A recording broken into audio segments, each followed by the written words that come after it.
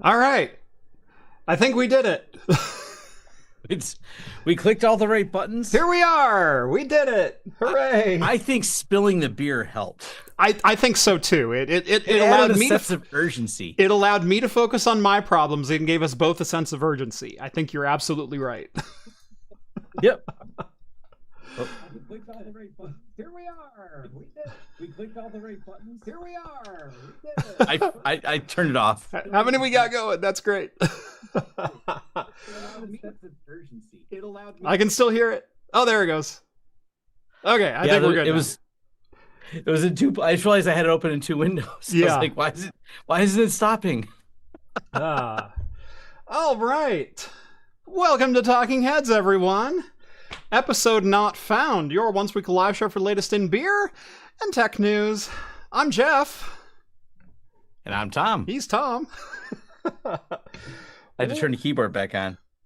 And I got the beer out of it. Yeah, there we go. Man, the show that at every single turn has tried not to be. The irony is not lost on me that YouTube went down about 2 hours ago and then came back up no less than about 20 minutes ago. So we're walking the thinnest of wires right now as far as whether or not we're actually going to be seen and stay on the air. I rebuilt my streaming PC over the weekend. Brand new OS install, brand new, basically everything brand new. All new hardware, had to reset up everything. Realized 30 minutes ago that I don't have Power Toys, Fancy Zones, Zoom, or a couple of the plugins that I use for the stream active. I haven't configured the audio for OBS yet. I haven't set up the filters. I haven't done all of this stuff. So I'm like scrambling last second to get it done. Then I'm like, okay, I think we're ready to go with like a minute to spare. And then Tom goes, let me grab a beer. And then Tom spills his beer on the keyboard. And then I'm like, well, let me check if the stream works. And I hit stream and it was refusing to connect to YouTube. And I'm like, is YouTube down? Do we go to Twitch? Like what? Turns out it was an issue with the stream key and the authentication. And so it gave Tom plenty of time to clean up. Gave me plenty of time to figure out how we were going to do this. Here we are. It's been an interesting day. It's really pleasant here in Michigan, so all the windows are open, and it's dark because this is what time is it for me here? It is 9 o'clock, quarter after 9, and so, but it was dark at 7:30 or 8, and someone outside in the distance was yelling. Well, I can hear it faintly, so I've been wandering around trying to find that. So it's why I didn't jump on early, because I was trying to figure out who was yelling in the woods by me. So it turned out someone lost her dog in the woods, and so I found the people in the woods looking for their dog, because I'm that person that wants to know, why is there people? I mean, my son went with me. I'm like, I'm curious why there's. So we went on an adventure. Good times. I didn't see. I seen you pour. What are you drinking there? Yes. So this is a Halloween favorite. This came out just a couple of years ago. This is from Rogue Ales and Spirits. It is the Dead Guy Ale, but it's a special edition. Hold up one sec. Sorry. I'm a much simpler person. I have the just a standard Blue Moon right here. So I'm not as fancy as Jeff. Okay. Sorry. I'm not as fancy as you. I just have a Blue Moon. Just a Blue Moon. Yep. Just a Blue Moon. Sorry, my wife had an urgent question. Anyway, this is the special edition of the Dead Guy Ale, known as the Dead and Dead. It is their regular Dead Guy Ale, barrel aged in Dead Guy whiskey, which is also made by Rogue. So a little bit of home cooking on the barrel aging, but it's a fantastic beer. It's about 9.5%, I want to say. Yeah, 9.5. And if you are a fan of the Dead Guy Ale, one of the quintessential starter beers for a lot of craft beer enthusiasts, and you like bourbon or barrel-aged things, this is the next step up from that.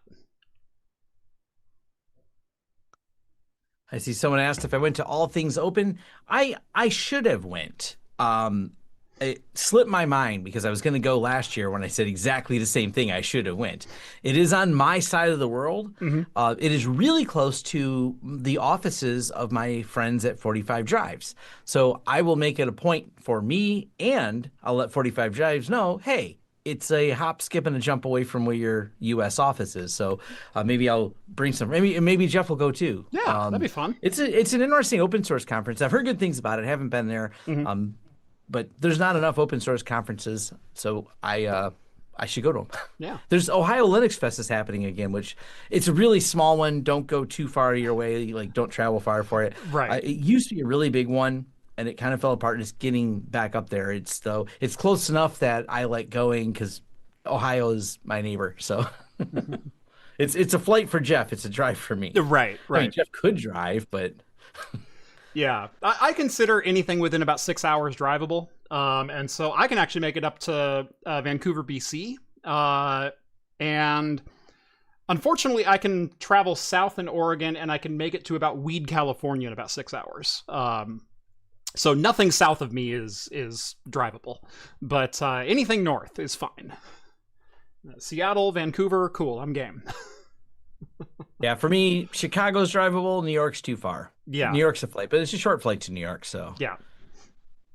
Meanwhile, I go to the Bay Area 6 times a year, if not more. That's literally an hour and 20 flight.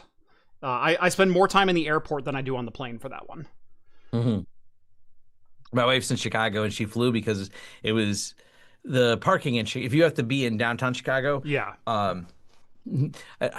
Kind of a weird tangent. Chicago sold the rights to parking to an investment firm. So parking is price fixed at, I think it's $80-something a day to park in anywhere. Yeah. So it's cheaper to fly there because you'll pay more if you have to drive and park. Yep. So she flew there. It's a short flight though. Yep. Super chat from Cosworth, $5. Thank you so much, Cosworth. What camera is Lawrence Systems using? Putting craft computing to shame today. Yeah, normally I've got the nice camera set up. I actually swapped out last week and went back to a webcam temporarily. So I am on OBS Bot Tiny 2. It is a 4K camera, but it's a full gimbal setup, which is kind of cool. And it is one of the best webcams you can get, but it's certainly not an NFX30, which is what I think you're rocking right now. So I do have that, but that's not the one I'm using for this. This is my main A cam for my studio shots are done with I think it's an A6400. Okay, yeah. So it's a slightly older one, but I have the nice I think it's it's a fixed 30 millimeter lens. Yeah. I think it's the one. Yeah, it does. It goes down to 1.4, but it's at 1.6. I said that at 1.8. I typed, but thinking back, this is that fixed prime lens they have. Yeah, that's that. Is it the Sony one or is it the Sigma? Because Sigma makes. Oh yeah, the Sigma DN, which is freaking primo. Yeah, quality's great. The price is great. And that's why it's my fixed one. This one sits here, and this has got the teleprompter on it. This is what allows me to dead-eye people when I'm on Zoom because I have Zoom in my teleprompter. Nice. Unfortunately, though, the comments are over here, so excuse my gaze while I look at the comments over here. It's kind of the same way. Like I have your window up on the right side of my screen, and so when I'm looking at you, it looks like I'm leaning slightly towards you, but anything else I'm doing the same thing. My chat is over here on the left, the web is dead center right under the camera. I thought, like, do I get my laptop so I can like just look down, because it feels natural if I'm looking down, then you know I'm looking at chat. I look over here, you're like, what's Tom doing? Right Not paying attention to us. Yo, hey, yeah, come on, focus over here. My eyes are here. That's right. Anyway, we've got a good show for you today. We're going to talk a little bit about TrueNAS Scale 2510 is dropping here soon. The release candidate is out now. A couple of really cool features that Tom and I are especially excited for. Dropping about 3 or 4 hours ago, F5 acknowledged a breach of their source code for big IP, including customer configuration data. So not only the source code to their super secret sauce for cybersecurity, but also how their customers are deploying it. That's going to be a big issue. Not as big as Red Hat's, though. Did you guys cover in the last one Red Hat's issue? I didn't see. No. What did I miss for Red Hat? Red Hat's had it started about a week ago, and so do you want me to jump in the Red Hat thing now? Sure, jump. Jump. Let's do it. Okay. So Red Hat made there's a series of horrible mistakes. We're at a hacking conference when this all happens. Mm-hmm. Red Hat had to they went so far as to pull some of their signing certs. And when you know things went sideways when someone pulls their own certs. They're like, just pull it all until we can sort this out. What happened is, and this is what makes it even funnier, and the reason I mentioned I'm at a hacking conference is the guy sitting at the bar after the conference. Mm-hmm. He's one of the Red Hat engineers that was speaking. Uh-huh. So we sent a drink over to him, and we said we're buying your drinks, and we said you come join us. And he ended up coming and joining us, which is really great. Super great guy. But what happened at Red Hat was for people who don't know, Red Hat does a lot of enterprise consulting, government agencies, et cetera, and they do security evaluations, and they store them in the way that most Linux people, as you would imagine, store things. And I believe it's a GitLab instance that they have for all of it. So they're using the same type of formatting. So anytime they do an assessment to try and figure out what vulnerabilities or what problems there might be, they do all this write-up. Yeah. Well, turns out someone got into that GitLab instance. Now, you'd think a company like Red Hat would have proper separation and maybe run multiple instances because, you're dealing with a lot of different crowds. But apparently there is a master instance, and I think they said the number was 2,800 customers. I don't have it in front of me right now, but it's not just the quantity of customers. It is all the vulnerability and all the remediation that was suggested by Red Hat to be done on all the software application testing they did now is public in the hands of threat actors, and they have the blueprints to do it. So much like the F5 incident that made me think of it, it's like, here's all the problems we found. Here's a timeline to help you guys fix it. Yeah. I think the Crimson Collective. Yeah. I think it probably is one of those things. I think the timeline to get all this stuff fixed by these enterprise customers just went up a notch. Yeah. You should probably get that fixed a little bit sooner because it might be all over the internet now. Definitely. Yeah. Things like this, when you do steal this kind of information, because this is actually a very similar leak to what just happened with F5, another big thing with F5 is it wasn't just the source code that was stolen. It wasn't just customer configuration information. So where are they implementing it? How are they implementing it? What services are behind it? That kind of thing. The bigger issue is there are also undisclosed vulnerabilities that have been documented but not patched or reported yet. And that is part of the files that they got access to. And so this is F5 handing a bunch of hackers a treasure trove of 0 days. Yeah. It with the same thing at Red Hat. Yeah. Red Hat's doing a security evaluation. So it's kind of a parody of things. Yeah. And why not mention one more so we're at the trifecta? Because a lot of us in the IT industry have heard of SonicWall. Mm-hmm. And this was a series of weird incidents with SonicWall that they couldn't. It was like, okay, there's got to be a 0 day in SonicWall because all these SonicWalls keep getting owned, and there's got to be a 0 day. So SonicWall first admits shut off all VPNs because there's a 0 day we can't find. Then SonicWall backtracks and says there's no 0 day. It's because people didn't patch their system properly. Uh-huh. Now, this is a little bit of nuance. And what happened is if you got pwned and then patched, there was footholds in there. So the patch didn't delete the footholds so they could get back in. So problem solved. That's how they were getting in. Right. Oh, no, it wasn't. It turns out that SonicWall realized, and they started out with only 5% of our customers were affected by this. If you're using the cloud backups, turns out we weren't encrypting them. So when you backed up your configuration to the cloud, someone pulled that configuration. But don't worry, it's only 5%. 7 days later, okay, it's 100% of everyone who used our cloud backup. Right, it's legit everyone.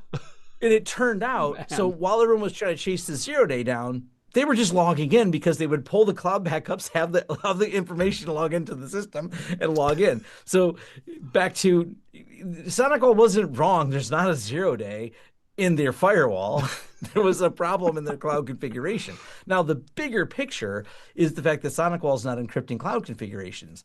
And most companies that are doing it right have you set a key that you hold. So they store the encrypted side of the backup, and then if you want that backup restored, you pop your key in and it decrypts it. Yeah. Well, they don't do that at SonicWall because I don't know why. That seems like way too much work, honestly. That seems like way too. Why would you let people? You know how many support calls that would create if you let people actually have to put a password on things and make it secure? Right. Don't worry, we'll take care of that security. Yeah. Until we don't. I mean, and besides, Dolores is just going to write that down in a notebook and stick it in her desk drawer. It's not really secure. Yeah. So it is just a series of disasters. Always awaits us. And I think just before this, we were laughing about Fortinet. They had another one. I didn't cover the Fortinet one because I make fun of Fortinet every time there's another really stupid vulnerability that they have. This one at least requires some level of privilege. It's a privilege escalation one. The ones I really harp on about Fortinet are the ones that are RCE or remote code execution, because they're almost always egregiously stupid problems.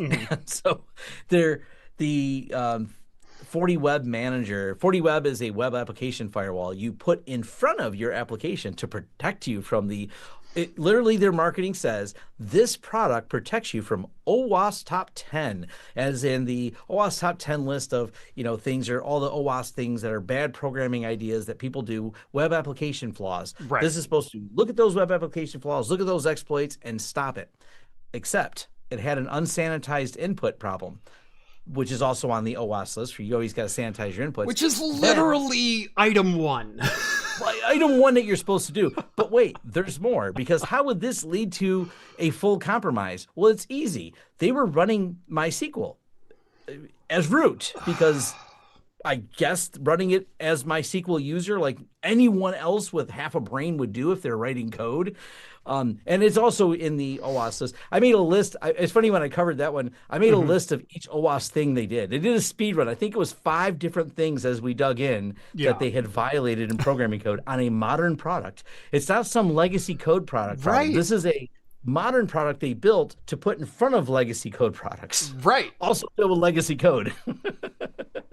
Gosh. Yeah, I mean, sanitation of inputs is cybersecurity 101. I mean, anyone who logs into any user field ever has Bobby drop tables it, has run random URL with a batch file at the end. Like, that's what everyone does when they first see a user input field. Path traversals. Right. Let's just put a bunch of slashes until we find all the different config files. Can I escape my container? What Fortinet. privilege do I have? The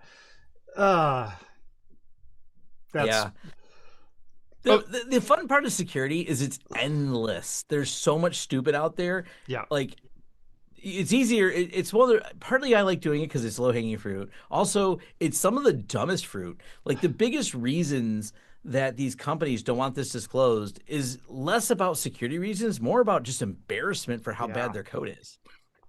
They're like, it's a little cringe when you look under the hood of this thing. Yeah, you're not wrong. Speaking of things that we could have seen coming from a mile away, I pulled this one up since it was in the same article as the GitLab issue. Who could have ever thought that scanning your ID for age verification for a social media network was a bad idea? Well, Discord seems to be the first one that got hit with a 1.5 terabyte breach of scanned government IDs. 2 million government IDs have now been stolen. Nice. I can't remember. This was about a year ago, maybe a little bit longer. There was an age verification company that was being favored to help the government out. It was one the IRS chose a number of years ago, but the deal never came to fruition because someone kind of poked at it. And there's a couple of European countries that have really good laws around people who are white hats. And so the white hat just like went through and exposed step by step all the shenanigans, even found ways you could index all the licenses they were uploading. just made a whole like mockery of their system. And that's one of the reasons it never went, was because it turned out to be the guys writing it had clown shoes on. Yeah. And we've now pushed harder for all these age verification systems. It's kind of a trend we're seeing here. We got different states doing it. Some of the southern states here now are requiring it for any social media use. You must provide age verification. And I get it. We want to some extent say, hey, if you're under 18, you probably shouldn't be on some porn site. That I don't think that's a terrible assessment to start at, but now they want to apply it to everything, and we're not ready for it technologically. That's where the really big problem is right now, is they want to do it. We have not figured out a good way to do age attestation here in the United States. Now, I say in the United States because there's hopefully some people in Europe that go, but Tom, we solved this. I'm like, yes, I've looked at the systems. I think Spain has one that's actually very clever because they have California and a handful of other states. California was the first, that's why I brought them up, but they have a age verification system they can do. And it's because of the way the digital ID with the driver's licenses work. We don't have that universally across all states. Yeah. And oddly, the states that are trying to really push this don't have it at all. But shocker. It's kind of interesting because it doesn't sacrifice your privacy. It just does attestation of whether or not you're over 18 or not. That's the only thing it answers. It's a binary yes or no. So it doesn't tell you how old the person is. Right. So it's a less identifying detail. It's just a yes, you are 18 or older, or you are not. Yeah. Now, you didn't violate my privacy. If someone were to breach that information, you would not have that much. You could probably guess I'm over 18. So right. But you still wouldn't know how old I am, and that detail wouldn't leak. The over-under for government ID holding patrons is predominantly over 18 because, yes, you can get a government-issued ID very early. In fact, my youngest kid, he's almost 4. He turns 4 next month. He has a government issued ID because of disability services. And so we need to be able to prove that he is who he is when we go to different things. And so he has an ID, but typically your first ID is your driver's license or your learner's permit, which you get sub 3 years left before you turn 18. Yeah. Yeah, it's generally not really needed. I think they do it a little bit different as I was looking into how they do it in some of the EU, because it was rabbit holes of curiosity going, someone has to solve this. Oh, look, there's people solving it. Not here in the US. We have a whole different set of issues that seem to cart before the horse. Let's try and make a thing happen without the technological implementation to make it happen properly. Right. And for anyone that doesn't know, we haven't had good privacy laws passed since the late 80s here in the U.S. So, it's not helping matters any at all. Yeah. I don't know who's pinging me on Discord, but there we go. Should we talk a little bit about TrueNAS and their latest features? Absolutely. I got a couple super chats to get to here real quick. Yeah. Let's do that. Green sends over $2. Thank you so much, Green. Speaking of my Discord chat, they are freaking amazing. Thoughts on handheld Xbox Windows used for a VM? Tom, I don't know if you've seen the ROG Ally Xbox edition that is coming out. It has... So, hold on. I got a gaming handheld right behind me. Ooh. Pull this out of the box here. This is one of the new Lenovo Legion Go's. I haven't done a review on this yet. But one of the traditional issues with gaming handhelds is that they run Windows. Have you ever tried to drive Windows without a keyboard and mouse? It's infuriating. It's a terrible experience.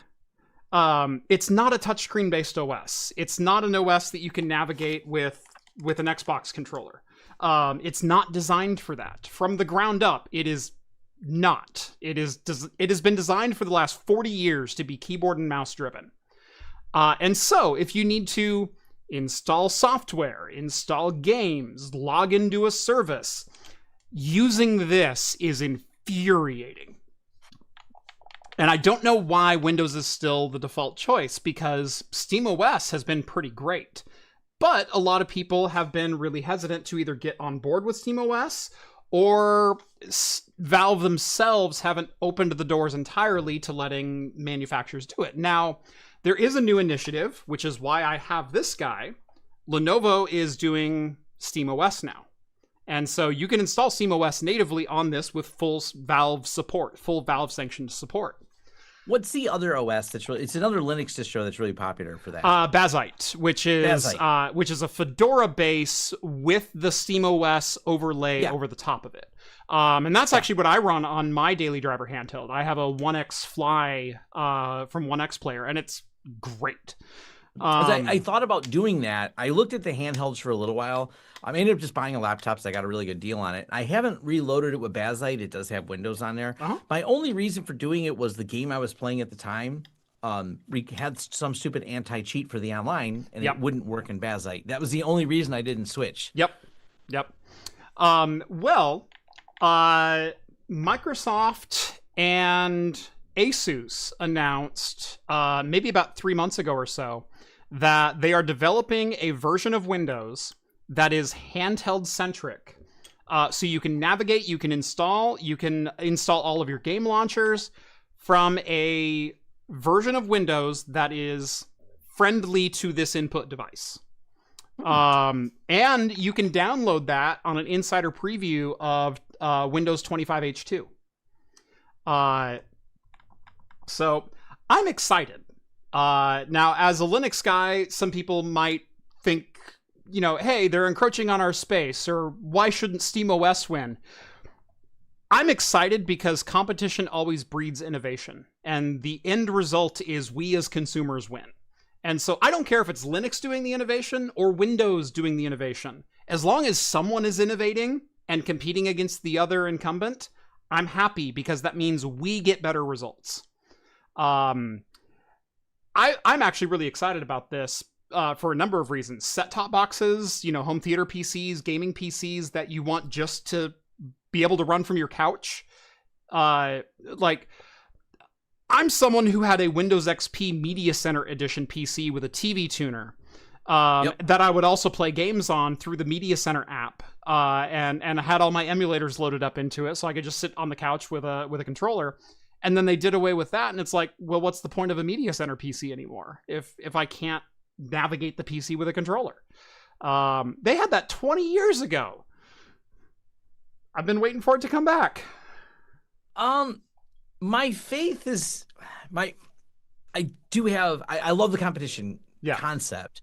My problem is Microsoft doesn't compete, they litigate. And they Yes. I won't go too far off topic, but I know Microsoft's a company built on regulatory capture, not proper competition, is what drives me nuts about them.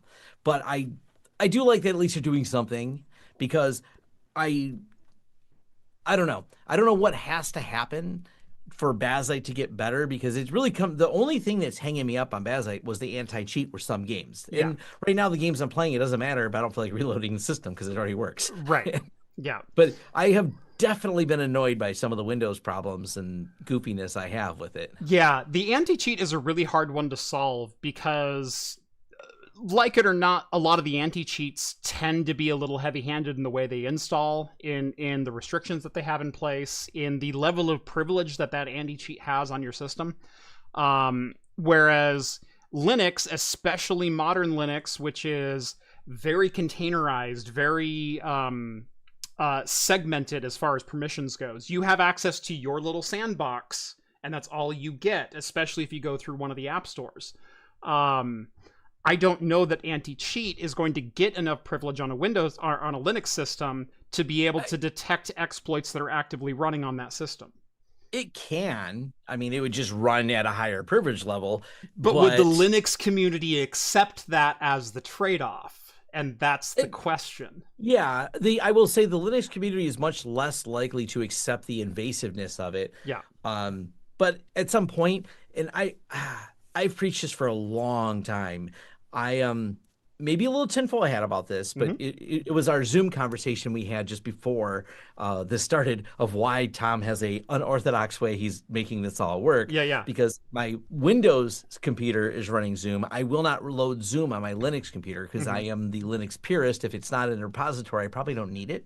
And so it keeps things very separated. I'm not loading a bunch of weird applications or third-party repositories or adding anything in there that's odd. So definitely from that Linux perspective thing. But the real answer to it is there's a reason I have a physically separate box for each of these things. Computers are not granted graphics cards are expensive, but generally speaking, computers aren't that expensive. So I feel better from a security standpoint, and I can live my purist attitude on this system here and have my gaming laptop where I can accept that anti-cheat is an invasive spyware thing I'm going to hate, but I want to play this game, so I'm balancing out my hate, and I'm also doing a risk assessment of going, what's my risk? They're going to learn my high score. They're going to learn that I suck at games, really. That's the real fear. I'm embarrassing you bad at games. So, so yeah, it's a problem that could be solved if either side were willing to budge. And I don't know that the Linux community is willing to give enough privilege to satiate the anti-cheat people. And I don't know that the anti-cheat people want to work with each individual game developer to make sure that their games themselves are containerized and cannot be messed with by other programs in the system. So, and it's a completely different environment. It's not like you just when you deal with the level of permissions, porting a game is one thing because GL libraries and things like that, we can figure those out. We've got ways to interpret it, but anti-cheat works at a different level. You're looking at the hardware. You want to know, did I plug something weird in? Did I do something unusual? Did I set up an aimbot? And they have to get at those deep levels of the system to try to figure those things out. And it's a different environment for them. So you also have that as an entire challenge of how much will the game developers spend on, all right, we got to hire a bunch of Linux devs. They're an odd group of people. So how do we find them? How do we tell them we need you to dig deep into this OS and stop these people from cheating? And here's the tricks learned from our Windows team people implemented in Linux. Wait. Which distro do we dig deep into and prevent people from cheating? The kernel makes it Linux. So you can, once you use hook into the kernel and it's Linux. American Cosworth sends over another $5. Thank you again, good sir. Need to boost those monitor numbers. I am at 5 monitors now. I have seen his office. It is crazy. His smallest is a 28, largest is a 43. I will say I have a 34-inch. The smallest in my office right now is also 28. It's the one behind me. I have a 28-inch 4K hooked up to my Mac Mini. This PC has the 34-inch 1440p ultra wide. It's a 144 hertz BenQ. It's a freaking phenomenal monitor. I have an LG 4K 55-inch TV on my wall. And then the monitor for my other desk is the FV43Q from Aorus. It's a 43-inch, same one that American Cosworth has. He bought his 43-inch on my recommendation. It's 43-inch, 4K, 144 hertz, 1000 nit HDR10, factory calibrated 98% DCI-P3 color accuracy. None of those are OLED though. They're not OLED, no. I just received, I'm just going to throw a name out there, Bubba, sent me a 32-inch OLED 4K. So I'm going to be playing with that here in the next week or two. But yeah. I just have my, the AOC 49-inch, the real, ultra wide one. What is it? 5120 by 1440. I like that monitor a lot. Yeah. I got that one. The other two are just standard 1080 monitors. So one here and one above it. Mhm. The one above it is just for editing. So when I edit, my timeline is on the 49-inch monitor, and then the output is above it. That's the clean out. Yeah. Yeah, I go back and forth between editing at this desk and editing at my other desk. So either the 34-inch or the 43-inch 4K are what I edit at typically. Oh, and this is kind of fun. I haven't tested this yet, and I don't know if I have a colorimeter that can test this.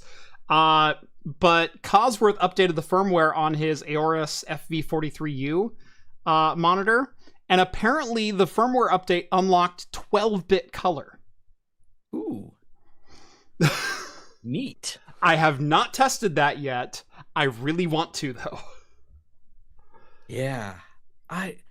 It's amazing when I look at any old computer. Like, how did I work on this thing? Like especially when I see an old laptop, even if the laptop's like 15 years old, that's relatively old, but I look at some of them going, how did I ever look at this and thought that was good? Right. Like this is not a great screen. I still have one of my Gen 2 MacBooks when the MacBook did away with the plastic and went full metal, full aluminum. I still have my original MacBook, which has a 1280 by 800 screen. And man, that feels hard to comprehend that I did anything, let alone professional work, on an 800p screen. It's just, when you go to, I do like the vintage computer festivals, but they're a little different because when I'm looking at a TRS-80 and you only had 40 columns of text only, it's like, I get why you could use a TV for things like that, because everything was so big. Right. It was just way different concept back then. Yeah. Oh my gosh. Okay, normally my recommendation is for the FV43U if you want a new monitor, like a nice big monitor. Samsung has a 43-inch Odyssey Neo G7, 4K, 144 hertz, 1 millisecond response. Only does HDR 600. It's not one of the 1000 nit. It's 600 nit. But FreeSync Premium, $599 on Amazon right now. $600. I'm gonna drop that in the chat. Go nuts. $600, 43-inch 4K, 144 hertz. Holy crap. When we closed my I had an office that wasn't far from here, and we closed that one when we merged the companies. We had so many monitors laying around. I took a couple just to have them, but like we realized that everyone had upgraded their 1080s, and we just stacked them up in the back. And we're like, once everyone upgraded, because a lot of the staff bought the giant. The reason I have this AOC 49-inch, it was on sale at Micro Center for like $750, and this is like a $1,300. It's still probably more than that now. Yeah. So we bought a few of them from Micro Center. We're thinking, thanks Micro Center for having them on sale. You had to go in person, but I'm lucky enough that Micro Center's not that far of a drive. It's about 40 minutes from me. So we went and picked up some monitors. It turns out the monitors are just wide enough that when you close both doors of the car, it pushes the monitor in. It fits all the way across the back seat, and it holds it. It's like it pushes just the box a little bit, just enough to close the door, but not like crunching on the door. Yep. So that's cool. These fit. I don't remember what car it was, but I think when I bought this 55-inch, I did the same thing. Might have been in my truck. I had a Nissan Frontier for a while, but I seem to remember putting a monitor or a TV into the back of one of my cars and going, and now it's in there. And when I open the door is going to pop open. I can't remember. Did I send you the video of you driving that? Yes. Was it a Honda? It was the Honda Acti minivan. Yes. You wouldn't get in it with me. No, I got in it with you. No, you were running back. Okay, there was someone else that was with us. Someone else did not want to get in it. Yeah, I can't remember his name. That's right. He didn't want to get in it. So okay. Yeah, I'm the one who took the video. I can't remember if I sent you the video of you driving it. Yeah, no, I think I have. Here we go. I can download that. Hold on. Open with. You could put a bunch of those monitors in that thing. That thing was cool. I kind of want one. Here we go. There. That. Yep. The thing was so awesome. It was so fun. Yeah, I got to drive a K car about a month ago back at the 45 Drives event. It was great. It was great. Yeah. That was so much fun. Look, I love 45 Drives. That might be the highlight of my week, other than meeting Dead Mouse. Like, Dead Mouse was pretty cool, too. We got to hang out with him for a while. Dead Mouse is cool. Yeah, It Dead was a Mouse great was week. cool, but have you driven a Honda Acti minivan? Like, that was really fun. I mean, I wonder if that minivan would also be one of those trigger things for Dead Mouse of what he likes. Like, what he's like a guy of extremes. He loves or hates anything. There's no in between with him, I feel. I got that same vibe from him, yeah. Yeah. It's passion or shrug. That's the only two options for him. Yep.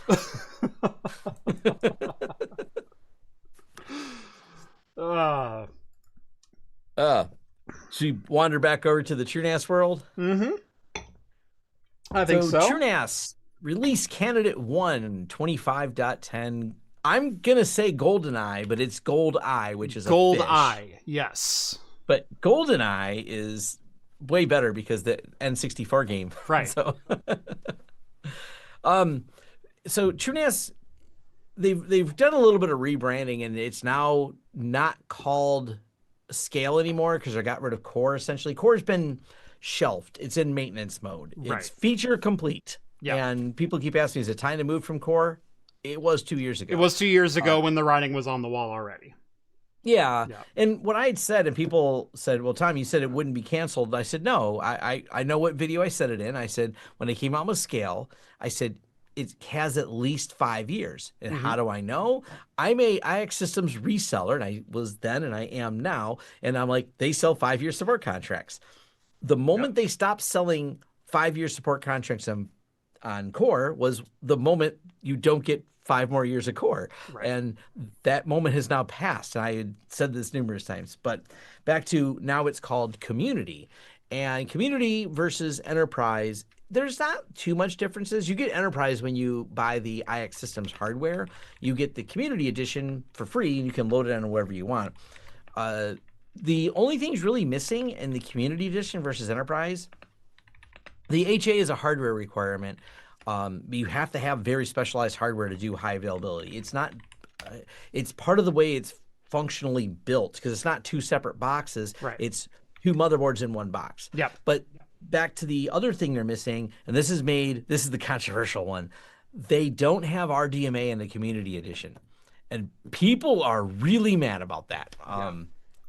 I don't know.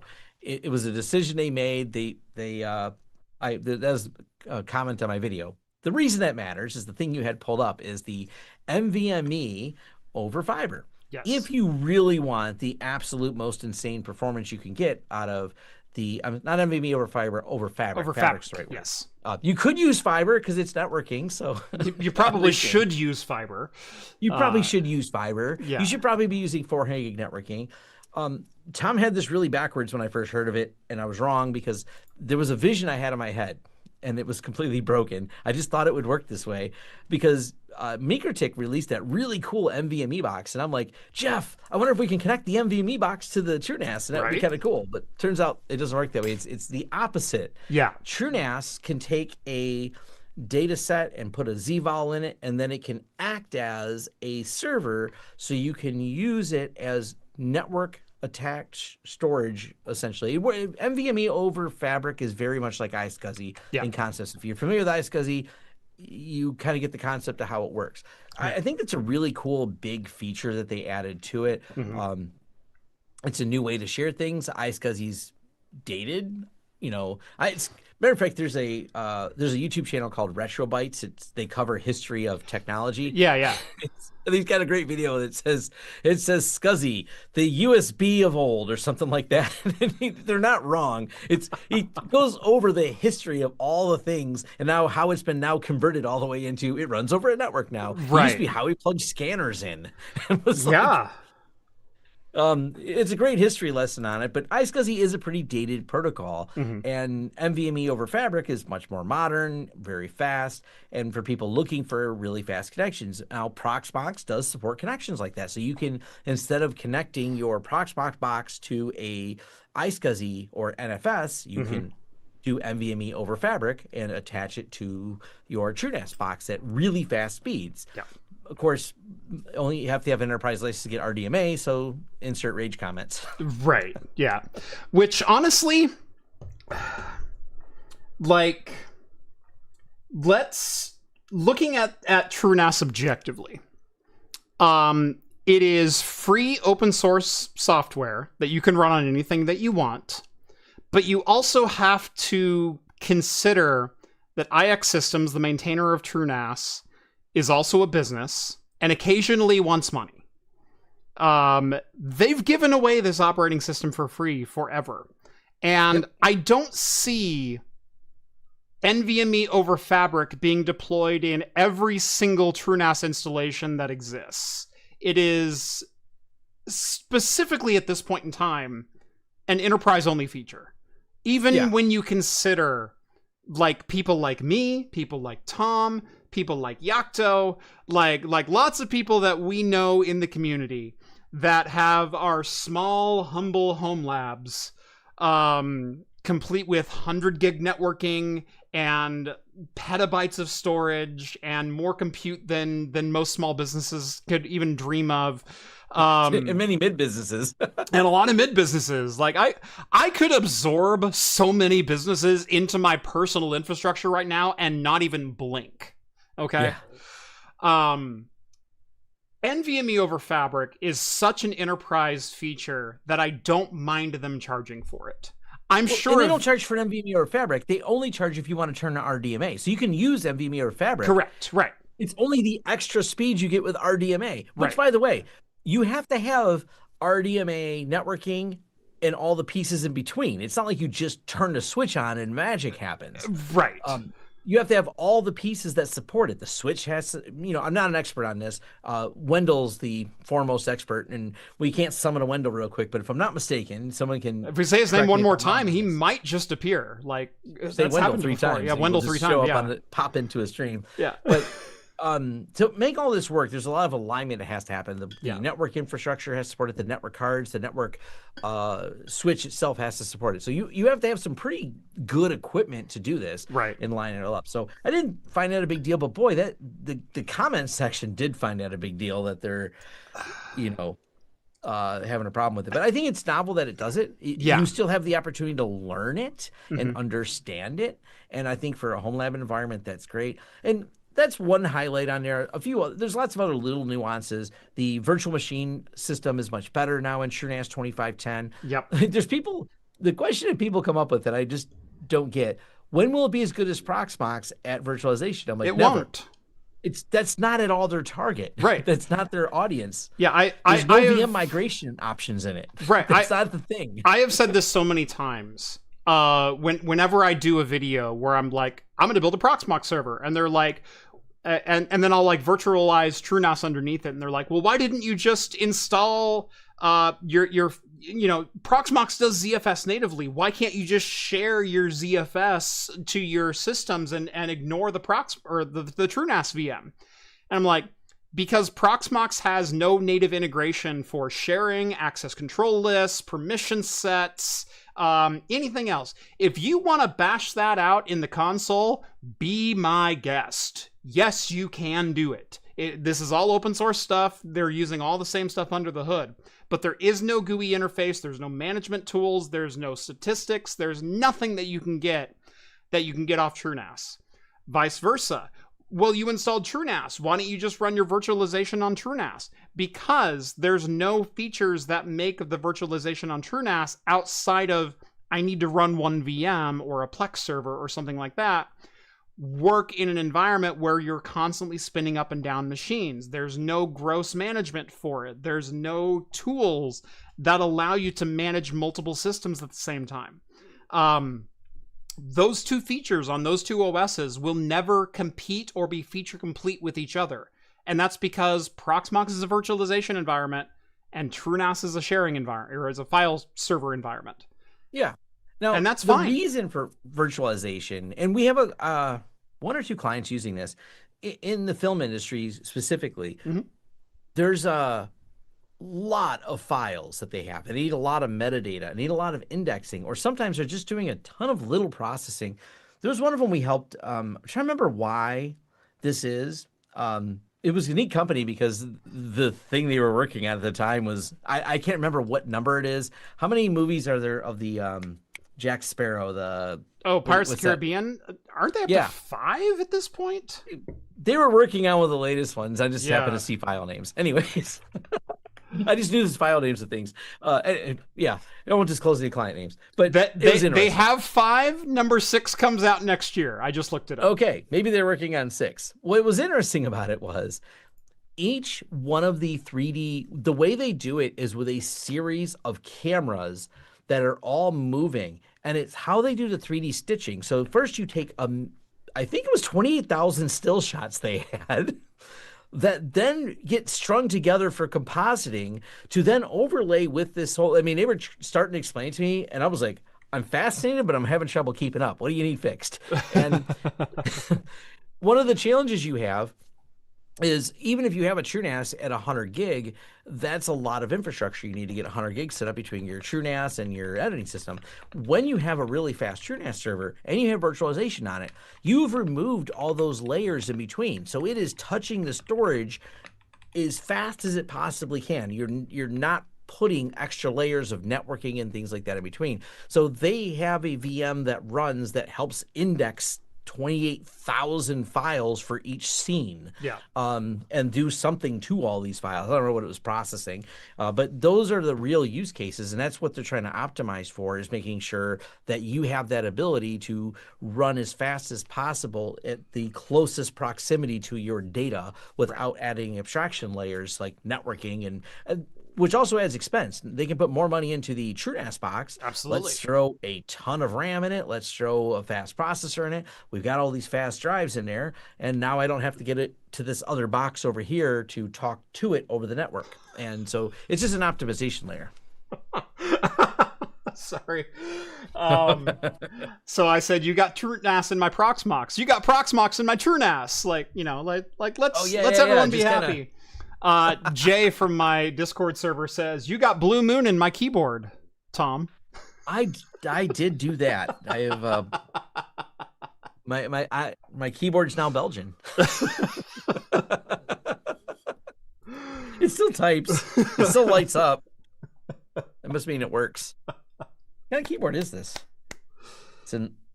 It's a Royal Kludge. Oh, I have one of those. Yeah. Okay. They make nice, inexpensive mechanical boards. Yeah. Yeah. It's got some heft to it. Yeah.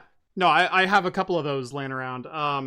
Mine of choice right now is the Kazzi, KZZI.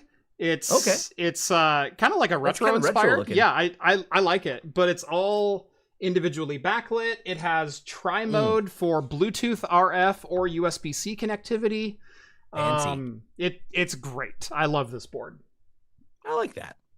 And they're hot swap switches, so if I ever get bored of these switches, I can put my Kale crystal greens in there and they'll clack like mad. That's pretty cool. Yeah, something you alluded to is, and I seen someone else say it in the comments, like, I'm going to stop giving you all the money I don't give you for TrueNAS because you aren't giving my feature. That was someone said, I'm going to switch to another NAS software. I'm like, which one? Because Be my guest. Yeah. The ZFS just reigns king over data integrity by far. It is an absolutely beast of a file system. ButterFS is a runner-up. I understand why companies like Unify and Synology use ButterFS. Mm-hmm. It's a better fit for the type of NAS they're building. Agreed. But yeah, there's not much else competition out there. There's that one called, someone will name it, Open Media Vault. But I think Radal had the best assessment of it. it was just like, why is this UI so confusing? He was so aggravated. His video is amusing because it's funny to watch him be aggravated with how hard it is to use. And it's one of those things, it doesn't hold a candle to TrueNAS as far as features. Right. Now, I'll admit, I do like the 45 drives Houston interface. I think it's the next best thing for managing that. Yeah. But even 45 drives, they acknowledge that as good as Houston is, yeah, when you start playing with ZFS replication and how it works in TrueNAS, you're like, yeah, this was a couple minutes setup. And 45 drives, you're like, well, let's go to the command line and let's write some cron jobs and bash scripting and yeah. Oh, by the way, when you do ZFS replication, the transport layer is your problem. You have to write all the scripting to figure that out. With TrueNAS, you can point one TrueNAS at another TrueNAS. It'll build the certificates. It'll build the key. It'll build. You just load the credentials, and it will build the replication job, and it will use. It's kind of interesting because ZFS doesn't handle the networking side of things. So you have to figure out a way to get the two boxes to talk to each other. Right. On the back end, what ZFS is doing, it SSHs from box A to box B. Then it sets up a netcat session and pipes it over basically a raw netcat session. So the data is just raw being transferred over the network at the best speed possible. That's a lot of cool engineering, which also I filed a bug report on because I have found all the edge cases on that of when it goes wrong. I found another edge case and I let them know. And the best part is they're very receptive and have been fixing them. There was a resume problem. I will not file it's funny because I always tell developers, I found a problem, but I'm not going to give it to you until I can make it repeatable and documented. I like developers. I want to be that person that gives you a repeatable way to absolutely reproduce this problem. Because I was having trouble reproducing it. It was only happening sometimes, and it turned out to be a timeout problem on the receiving end. So I was able to reproduce it. You have to fail a job and start a job within some period of time. So, but nonetheless, once you start digging in all that, TrueNAS may make it really easy, and that's why I'm such a TrueNAS fanboy. People seem to sometimes get on me about liking it too much. I'm like, I don't know. I can't find anything else that does these things. Ooh, yeah. I'm definitely a store-bought mechanical person. I'm clicking that. I was just curious. I've never used the poll before, so I figured I'd throw it up there since we're getting some hot takes in chat all of a sudden. Cosworth sends over another $2. Thank you again, good sir. Good lord, you're gonna buy my beer for the night. Keychron K10 version 2 with Super Browns or Death. Terrapup sends over $5. Thank you again, Terrapup. Thank you so much. At Tom, TrueNAS just works. I hate Unraid because it runs on USB. OVM just feels weird. I only use it on my Argon EON. Yeah, like Unraid, easy to set up. Has some great user accessible, clear as day kind of features that you can use. Utilizes ButterFS, although more recently also has ZFS. Also more recently also implemented the latest version of ZFS where you can expand storage pools, which is great. But it's... Do you know how they were doing ZFS? I don't know if they changed this. Do you know how they were doing ZFS? Please say OpenZFS. Yes. Okay. But they were loading each drive as its own individual VDEV. Oh gosh. Okay. It was the weirdest implementation. I looked at it and said, I can't make heads or tails of this. Yeah, we're going to import one drive as an individual pool, but then we'll also align those pools into sanctioned pools. Okay, cool.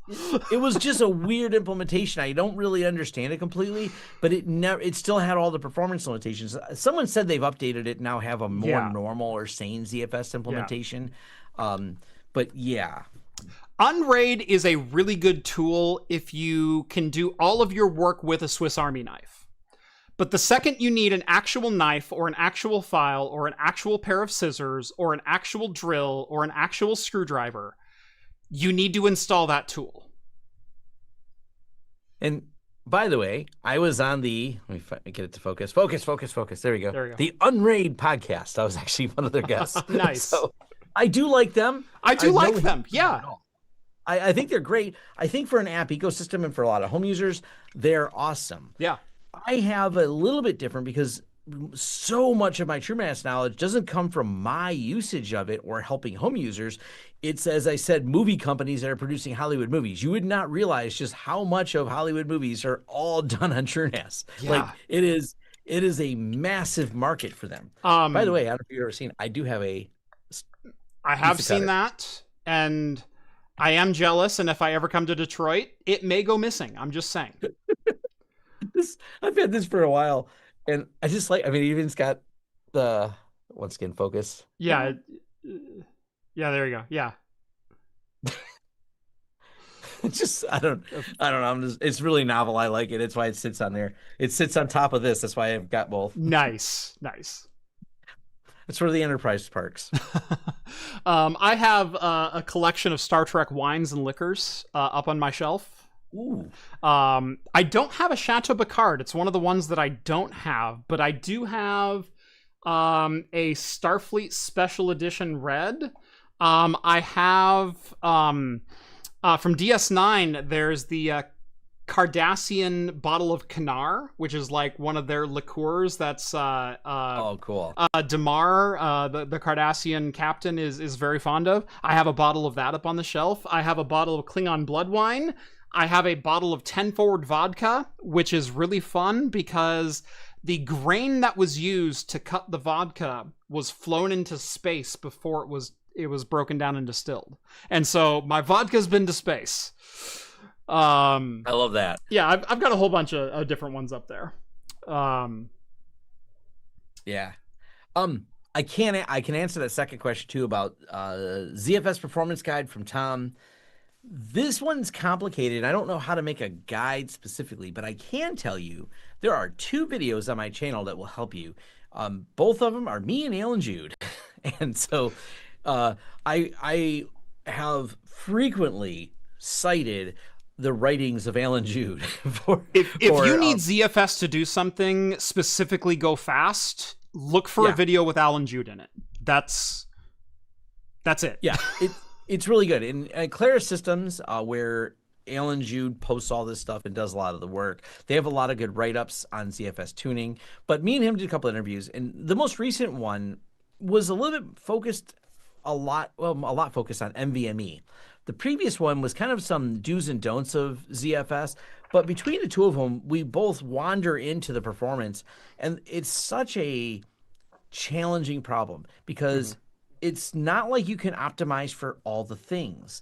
This is something that he talked about, and it made a good discussion in our last NVMe one, was alignments of data from the NFS sizes to the data set sizes, et cetera. So as you move through these, like you have to really optimize it to your workload. So without knowing your workload, I can't give you a guide. I can make it optimized because you're using this many kilobit writes, this many kilobit writes, and this alignment, that alignment. So it's very, very tricky. Now, a game dev company, and he talks about this, we're going to do another video on this as a topic pretty soon. We're going to cover deduplication and what they changed about it, because Clara Systems did the rewrite for what they now refer to as fast dedupe, but they did it for a client, and it was a way for the client to keep forking builds and not have them take up any more space when they would do their CI/CD pipeline testing. It's a really interesting story, and we touched on it a little bit in the NVMe one, but I think we touched on it there.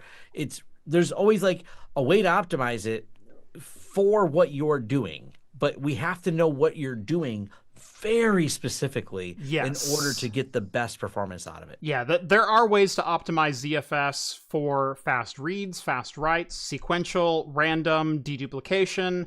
Yep. But you need to define what it is that you're going to be relying on most of the time, and then there's an optimization for that. But there's not really like a global go fast button.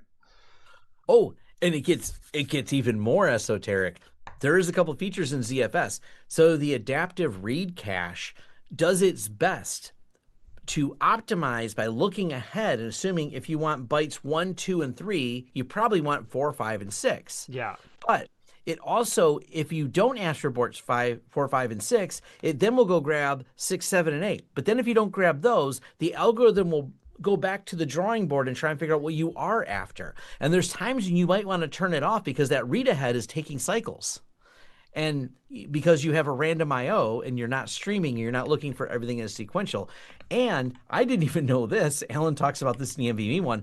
There is application aware ZFS. So it can talk to the application, and the application can also say, go ahead and get these extra pieces of data. I will need them soon. That's a whole nother level. That came from Optane DIMMs, actually, for application specific tasks, and they rolled it into their regular deployment. Yes. Yeah. So yeah. So it's definitely wild. Yep. Terrapup sends over another $5. Thank you so much. TrueNAS just works. I hate Unraid. No, I already read that one. Okay. And then Jay sent over the $5, and that was the whole ZFS. Please make my ZFS go faster. Yeah. Cool. We are caught up on super chats. Hey, if I could press the magic go fast button on ZFS, I would. Yeah. ZFS is basically in the middle. It is good enough for everything at where the defaults are. Right. Right. If I needed to go faster, I just throw some NVMe at it, and then I work off the NVMe. So yes. That and actually that's that's the beginning. We wander off a little bit towards the end, but the beginning we absolutely address what the title of the video is. Yeah. Is can ZFS work with NVMe? Because there's been a lot of people that think it can't. Right. And the too long didn't watch the video is NVMe is really fast, but ZFS cannot take full advantage of the speed, but neither can anything else that groups a bunch of NVMEs together. Right. So you're going to get faster than single drive performance, but you are not getting what the NVMEs could possibly do. So if you were to read the spec sheets of an NVMe and start adding those specs together because you now have 10 of them attached together, you'll go, how come it doesn't perform like the math I worked out? How come I'm not getting 270 gigabytes per second? What the crap is this? Right. It doesn't do that. But you know what you do benefit from? The latency of NVMe. Yeah. The seek time, the random seek time for NVMe is off the charts. And, and that's what breaks ZFS is in the funniest way. Yeah. So ZFS spends so much time predicting that the prediction engine spends like 3 or 4 clock cycles predicting. It could have just asked for the data instead of predicting the data and got a better response. Right. But they don't have any way to tell ZFS to quit predicting. Yeah. Because there's not any flags yet that will determine NVMe versus spinning Rust. So you can't. So it's a fun discussion. So yeah. I did open my second beer for the night, and apparently I'm going full barrel age tonight, which is fun. From these people, Dragon's Milk. They're from New Holland. So this is actually a kind of a rare one. This is the rum barrel aged stout with coconut. Ooh, I don't think I've had that one. Yeah, this is part of their Dungeons and Dragons series. So I'm looking forward to this one. We don't get too many we get like the standard Dragon's Milk over here. And in fact, we get like multiple sizes of it. Like I can get the bomber and I can get the 6-pack, but that's really all I can get.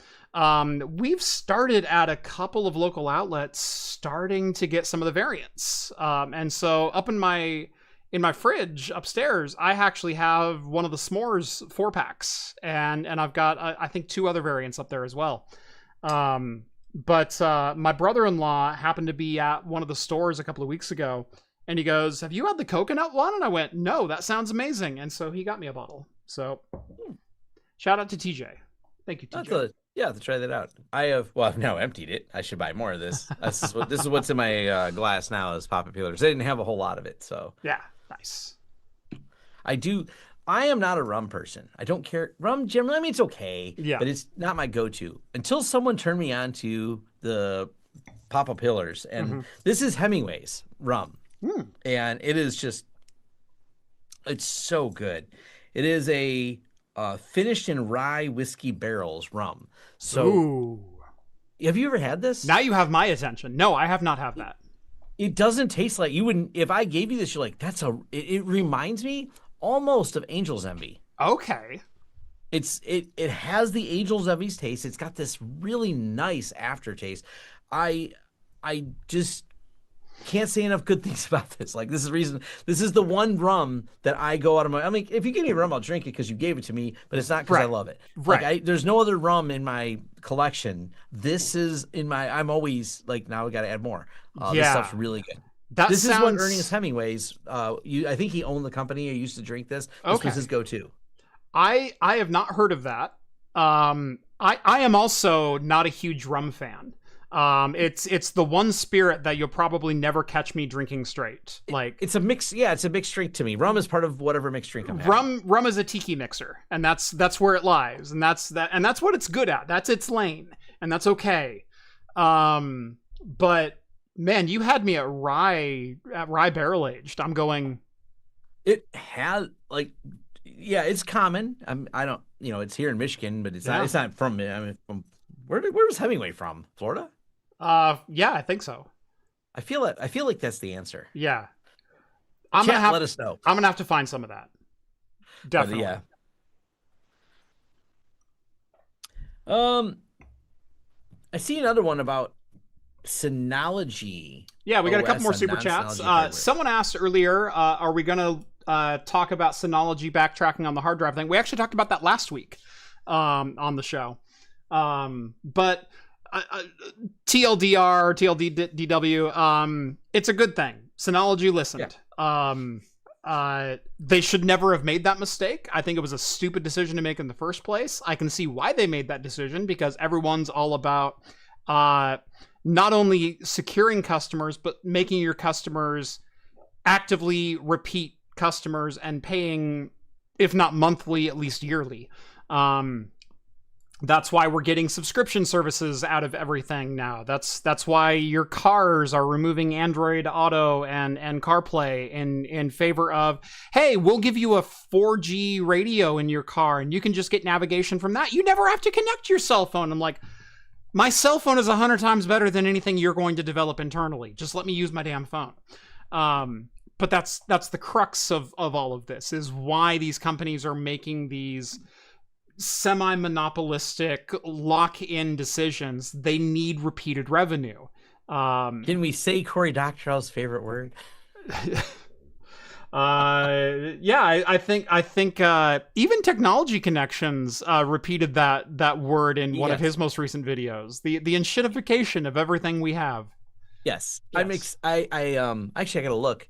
I think the book's out now. Well, for me it is, because I was a backer on a Kickstarter. Yeah. I'm going on a trip tomorrow, so I will be listening to that. So. Nice. I just listened to his. He's been on a tour. He's been on a book tour for it, and I keep up with a lot of Cory Doctorow. Nice. But enshittification is a good word for it, and we're just seeing it across the board with all these different companies and things. And Synology thought, I'm happy they backtracked. They make a good product. Mm-hmm.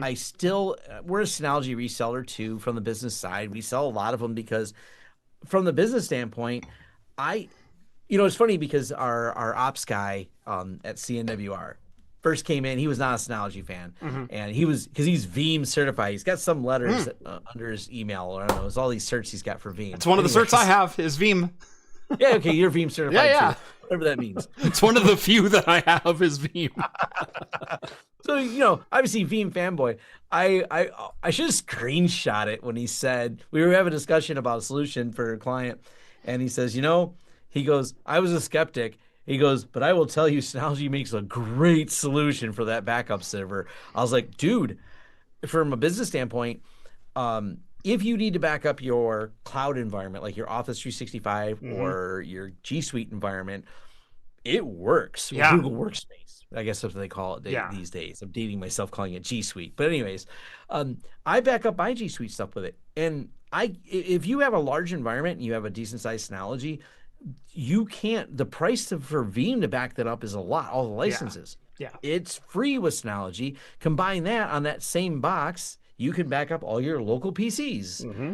And if you have that same box and it's fast enough, you can do instant spin-ups of those and turn on RDP. So someone pours beer on their laptop, per se. And so you could actually take that last image you have of that laptop, spin it up, and let that person RDP in and be able to access it from the last known backup. It's I mean, not to mention you can restore it to another system, but like the more immediate, like I spilled beer and I need to get this file, is really fast. And it even has a self-service user portal. Like you look at the whole gamut of the things they offer, you're like, that's pretty cool. Yeah, for a lot of individual use cases, it is really impressive, the stack that they put together. And there's a reason a lot of people buy Synology is because it's really simple to deploy, and the tools work very well with a lot of other tools that they use.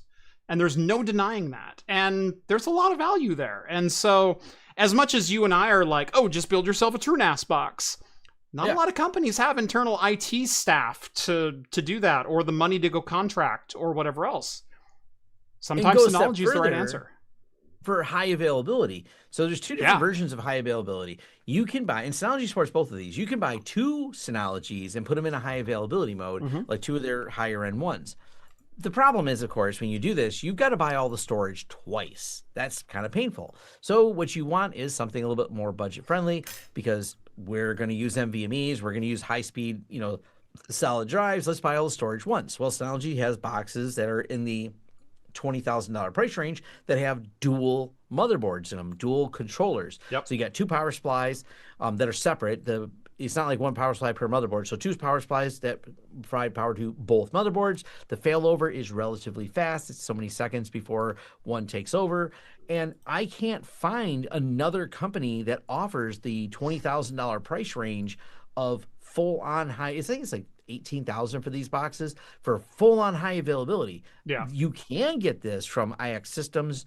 You're going to start in a $60,000 range, though. So you're talking like a substantial price bump to be able to do it. So Synology fits this niche for people who go, well, people ask me, there's a discussion on my live stream like last week, what's the downside of it? I'm like, well, the failover is not as fast as on TrueNAS. Like, is it tolerable? I'm like, it's $30,000 less tolerable? I don't know. So there's that, it's that delta price. It will pause your VMs. You might have a bad time, but you won't have a real bad time. So there's a momentary break in things. Some VMs will have a hard time. If you're using a transactional database, a 10 or 15 second failover, not a great time. If you're a bank, probably you should spend more money and buy the fancier one. But for most businesses, it's probably fine. I mean, YouTube was down for 2 hours today. And what's funny is within our community, I'm kind of the one that started sounding the alarm only because I had a live show coming up. But I got onto my Discord and I went, and this is like 40 minutes after I started noticing problems. And so I got on Chrome and I'm trying to watch a YouTube video, and then I paused it, and then I got up, and then I came back, and then I hit play and it wouldn't play. And I went, well, that's weird. The tab crashed or something. So I closed the tab, I opened a new tab, tried to go back to the video, and it said video unavailable. And I went, well, that's weird. Did they like private this 3-year-old video that I was watching? That seems unlikely. So I closed that video, I opened another video and got the same error. And I went, oh, Chrome's just crapping the bed on me. So I closed Chrome entirely and then reopened Chrome, and then video still wouldn't load. And I'm like, oh, Chrome just crapped the bed entirely. There's something wrong with their HTML decoder or whatever, their H.265 encoder. So I went over to Firefox, and then Firefox had a problem, and I went, okay, this is not me. This is not local. But it took me 40 minutes to this isn't just this service crapping the bed. And so I got onto my Discord and I went, is anyone having problems doing YouTube? And I swear to God, like 5 people responded, oh, I thought it was just my ad blocker. And then I got onto our YouTuber chat with all of us on there, and I said, hey, just to let everyone know, YouTube's apparently having problems right now. And like 2 people responded and went, oh, cool, it's not just me. All right. But we all assumed it was just us. Every one of us. I actually didn't know this. I seen someone posted it. Ernest Hemingway, childhood youth, spent summers in northern Michigan from 1899 to 1921 and developed a passion for outdoor activities like fishing, hunting, and swimming. I did not know that. I do know he was friends with Henry Ford, and Henry Ford would go visit him. Okay. Because there's some I was just at Greenfield Village, which is one of the Henry Ford villages. The Henry Ford, if you ever come to Michigan, the Henry Ford estate and museums and stuff are second to none. I didn't realize what a treasure they were to have here. Yeah. It's one of those weird things. So Henry Ford, feel free to comment that he wasn't a good person, because you'd be correct. But there are good things he did. Yeah. And also, he was an interesting guy because he was a megalomaniac. He just went and got stuff that he decided needed to be in a museum. Yeah. And he would just go move it from where it was to where he wanted it to be, which was in his giant facility, so the public could come see it. And it's weird because I never really thought about when I was young and seen it. Now that I'm older, I'm like, that's a lot to bring that here. And he just went around the country and around the world and would just go, that house, put it there. He rebuilt the whole estate from the 1700s and moved it to Henry Ford Village. It's like, it's wild. Yeah.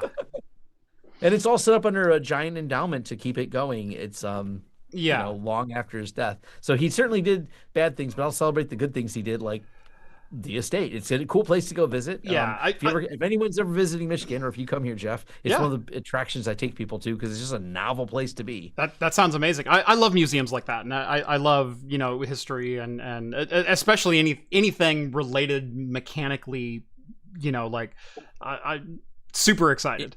It's really, the mechanical side of it is super interesting because he kept the generators they built. I mean, these generators weigh like several hundred tons, and you can climb on them. They've got like a catwalk, so you can go around it and get up close to it. Oh, that's cool. They're absolutely insane, the scale they're operating at. You're just like, and he moved this here. He took it out of his plant when he retired it and put it in his museum as a museum piece. That's cool. I mean, it's way bigger than my house. It is so big. You're just like, I can't believe how big this thing is. And it's in a museum as like a showpiece. Yeah.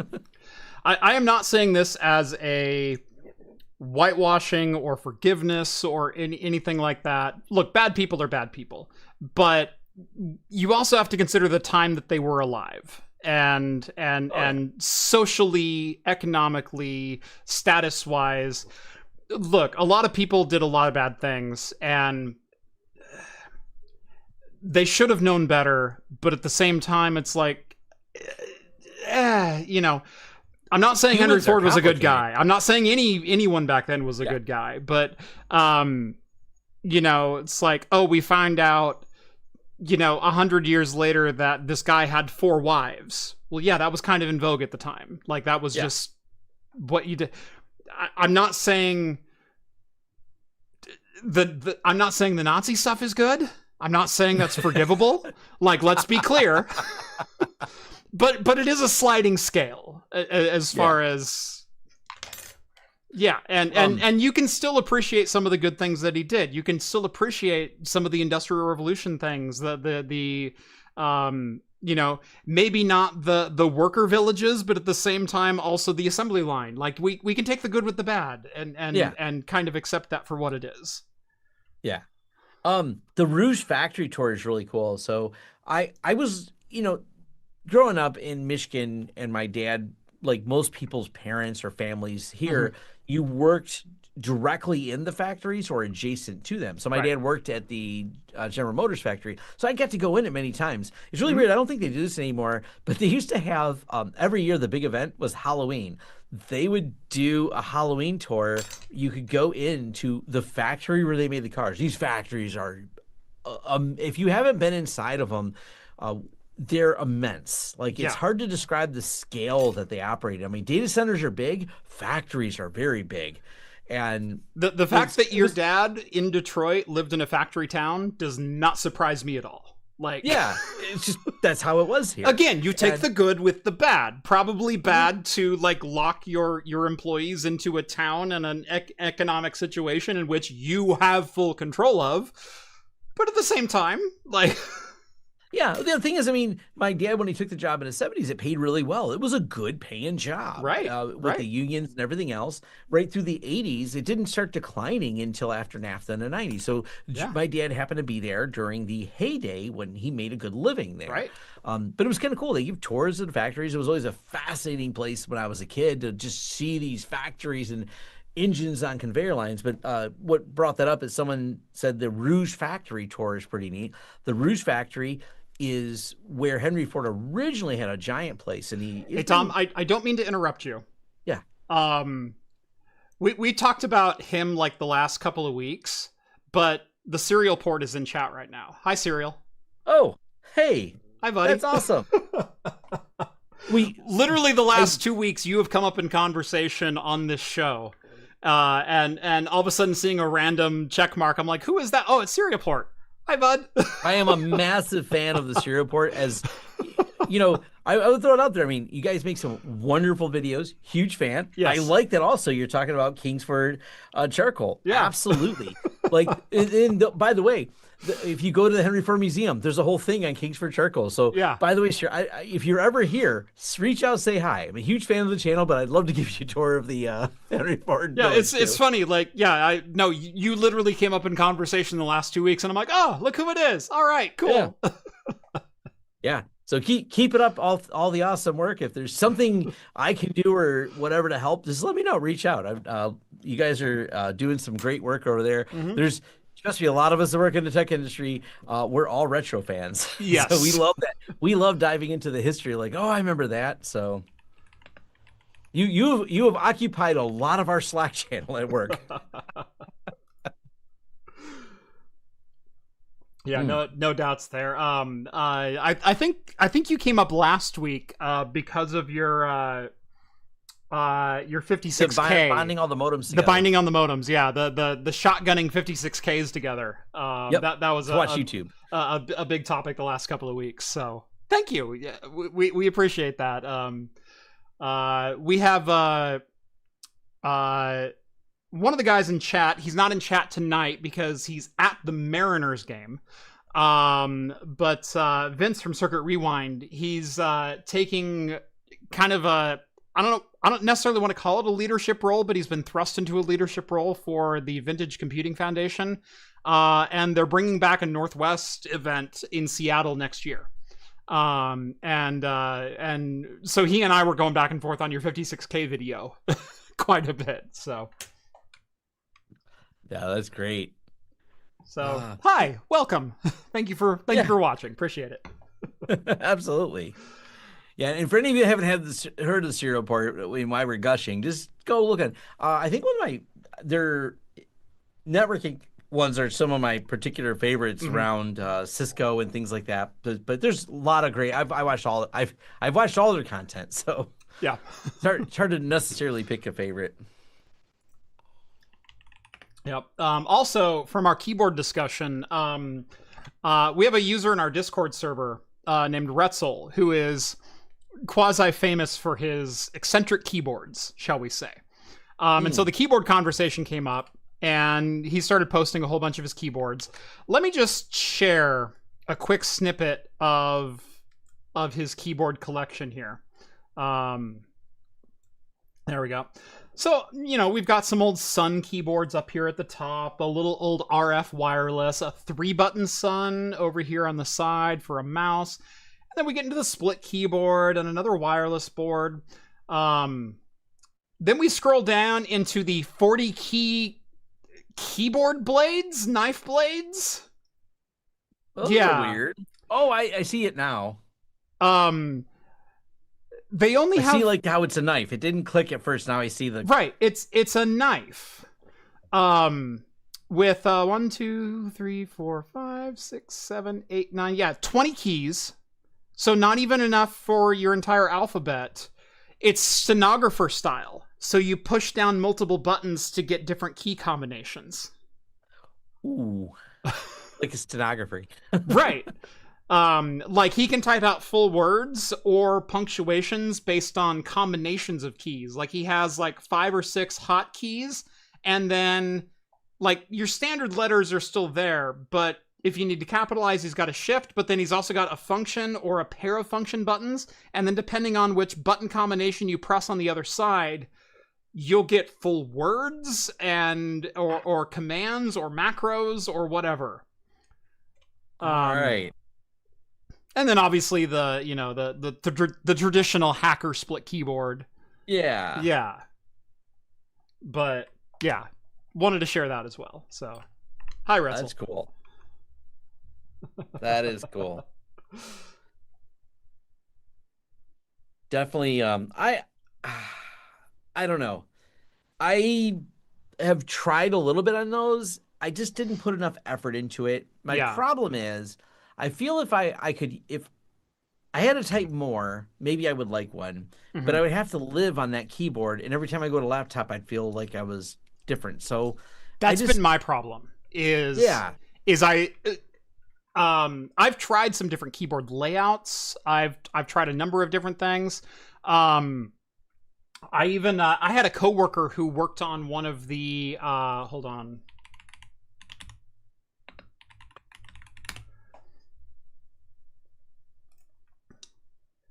One of these guys. The inverted ergos from Kinesis. Have you seen these? Oh, that's interesting. It's a bowl. They're inverted cylinders. The idea is that in that orientation, the keys are the same distance across no matter where you go with your fingers. And so going up one row is 8mm, going up a second row is 16mm. So all of your keys are always within the same throw for your fingers. That's the concept behind it. I can type on one of these. My coworker owned one. She swore by them. She had that keyboard the entire 13 years I worked at my last organization. I think I bought her 2 of them through business funds because she would wear one out and then we'd just buy her a new one. These are like $400 a piece. They're not inexpensive. But because she had one, I went ahead and bought one for myself and I started trying to type on one and I got fairly proficient. I don't love it like she did. But the other thing about these is, all of your modifier keys are on your thumb. And so the idea is that your thumb takes equal measure to what your fingers are doing. And so enter, space, backspace, delete, those are all on your thumb instead of having to reach across the keyboard and move your hand. So the idea is you can type like this and then thumb like this, and never move. I don't know. And they're weird. And like, once again, it comes back to, could I learn it? Probably. But then I go to a laptop and be lost. But at the same time, I would open my MacBook and my muscle memory would be out the window in a heartbeat. And I didn't like that. And so for that reason, I've stuck with QWERTY and standard, 60, 72 key layouts. I've actually changed through the years. I'm actually no longer a 10 key fan. I was a 10 key lover for the longest time. But then because of this amount of space I have on my desk, I've started going 10 keyless. And I've spent a lot more time on the number bar at the top rather than on the 10 key on the side. And I'm just as fast on the number row as I am on a 10 key anymore. And so I'm like, why am I taking up an extra 4 inches of my desk? I don't need that. I don't mind the extra. I like a full keyboard. I mean, that's what this one is I got right here. But yeah. That's the same layout I have on my custom keyboard. You haven't seen my custom board. So I built one from scratch. Oh, this one's not moving. That'd be bad. I forgot I zip tied it. It's a wire key. I get a little obsessive. I'm that person that maybe obsesses a little bit too much with keyboard management. Anyways, I have a Rocat over here. I know it's not an expensive keyboard, but I really like it. Yeah. That has been my happiest keyboard. I love typing on the Rocat. Yeah. It's across the room. I'm not going to grab it right now, but I have a keyboard that I custom built that I bought the board for. I bought all the switches. I bought all the keys. I put the thing together myself. It is a billet aluminum enclosure. I do like billet aluminum. The keyboard weighs like 9 pounds. It's impressive. What's really fun is there's also an open source trackball company. So my trackball of choice is the Elecom Huge. I love the Elecom Huge. I own 3 of these things. There's a trackball company that has an open source endeavor that you can download the STLs and you can print yourself a trackball enclosure and then buy open source hardware and build yourself a mouse. And I'm like, that's really cool. Can I take that and have someone CNC me a mouse enclosure out of aluminum? Because I need a mouse to match my keyboard now. And I've thought about doing this. I could see a nice polished aluminum well-made mouse. Yeah. Yeah, no, that would be good. Yeah. I don't know how good it'd be for gaming. I feel like there's a point when the mouse gets too heavy for gaming. I don't know. It's a trackball though. The mouse doesn't move. Oh, okay. So you're trackball. Yeah. So I guess it doesn't matter. Yeah. No, I'm full trackball. I never liked the trackball. Sorry. I love trackball. I have been a trackball user for 20 years. And Veronica. Yeah. Yes. Me and Veronica. Like, you're the last 2 holdout. You're the glue that holds the trackball industry together. And Adam Patrick Murray from PC World. He's also a trackball user. Okay. Yeah. So there's at least 3 of us. Okay. But man, if I could get a billet aluminum trackball enclosure, that would never slide across my desk. Like I couldn't move it if I wanted to.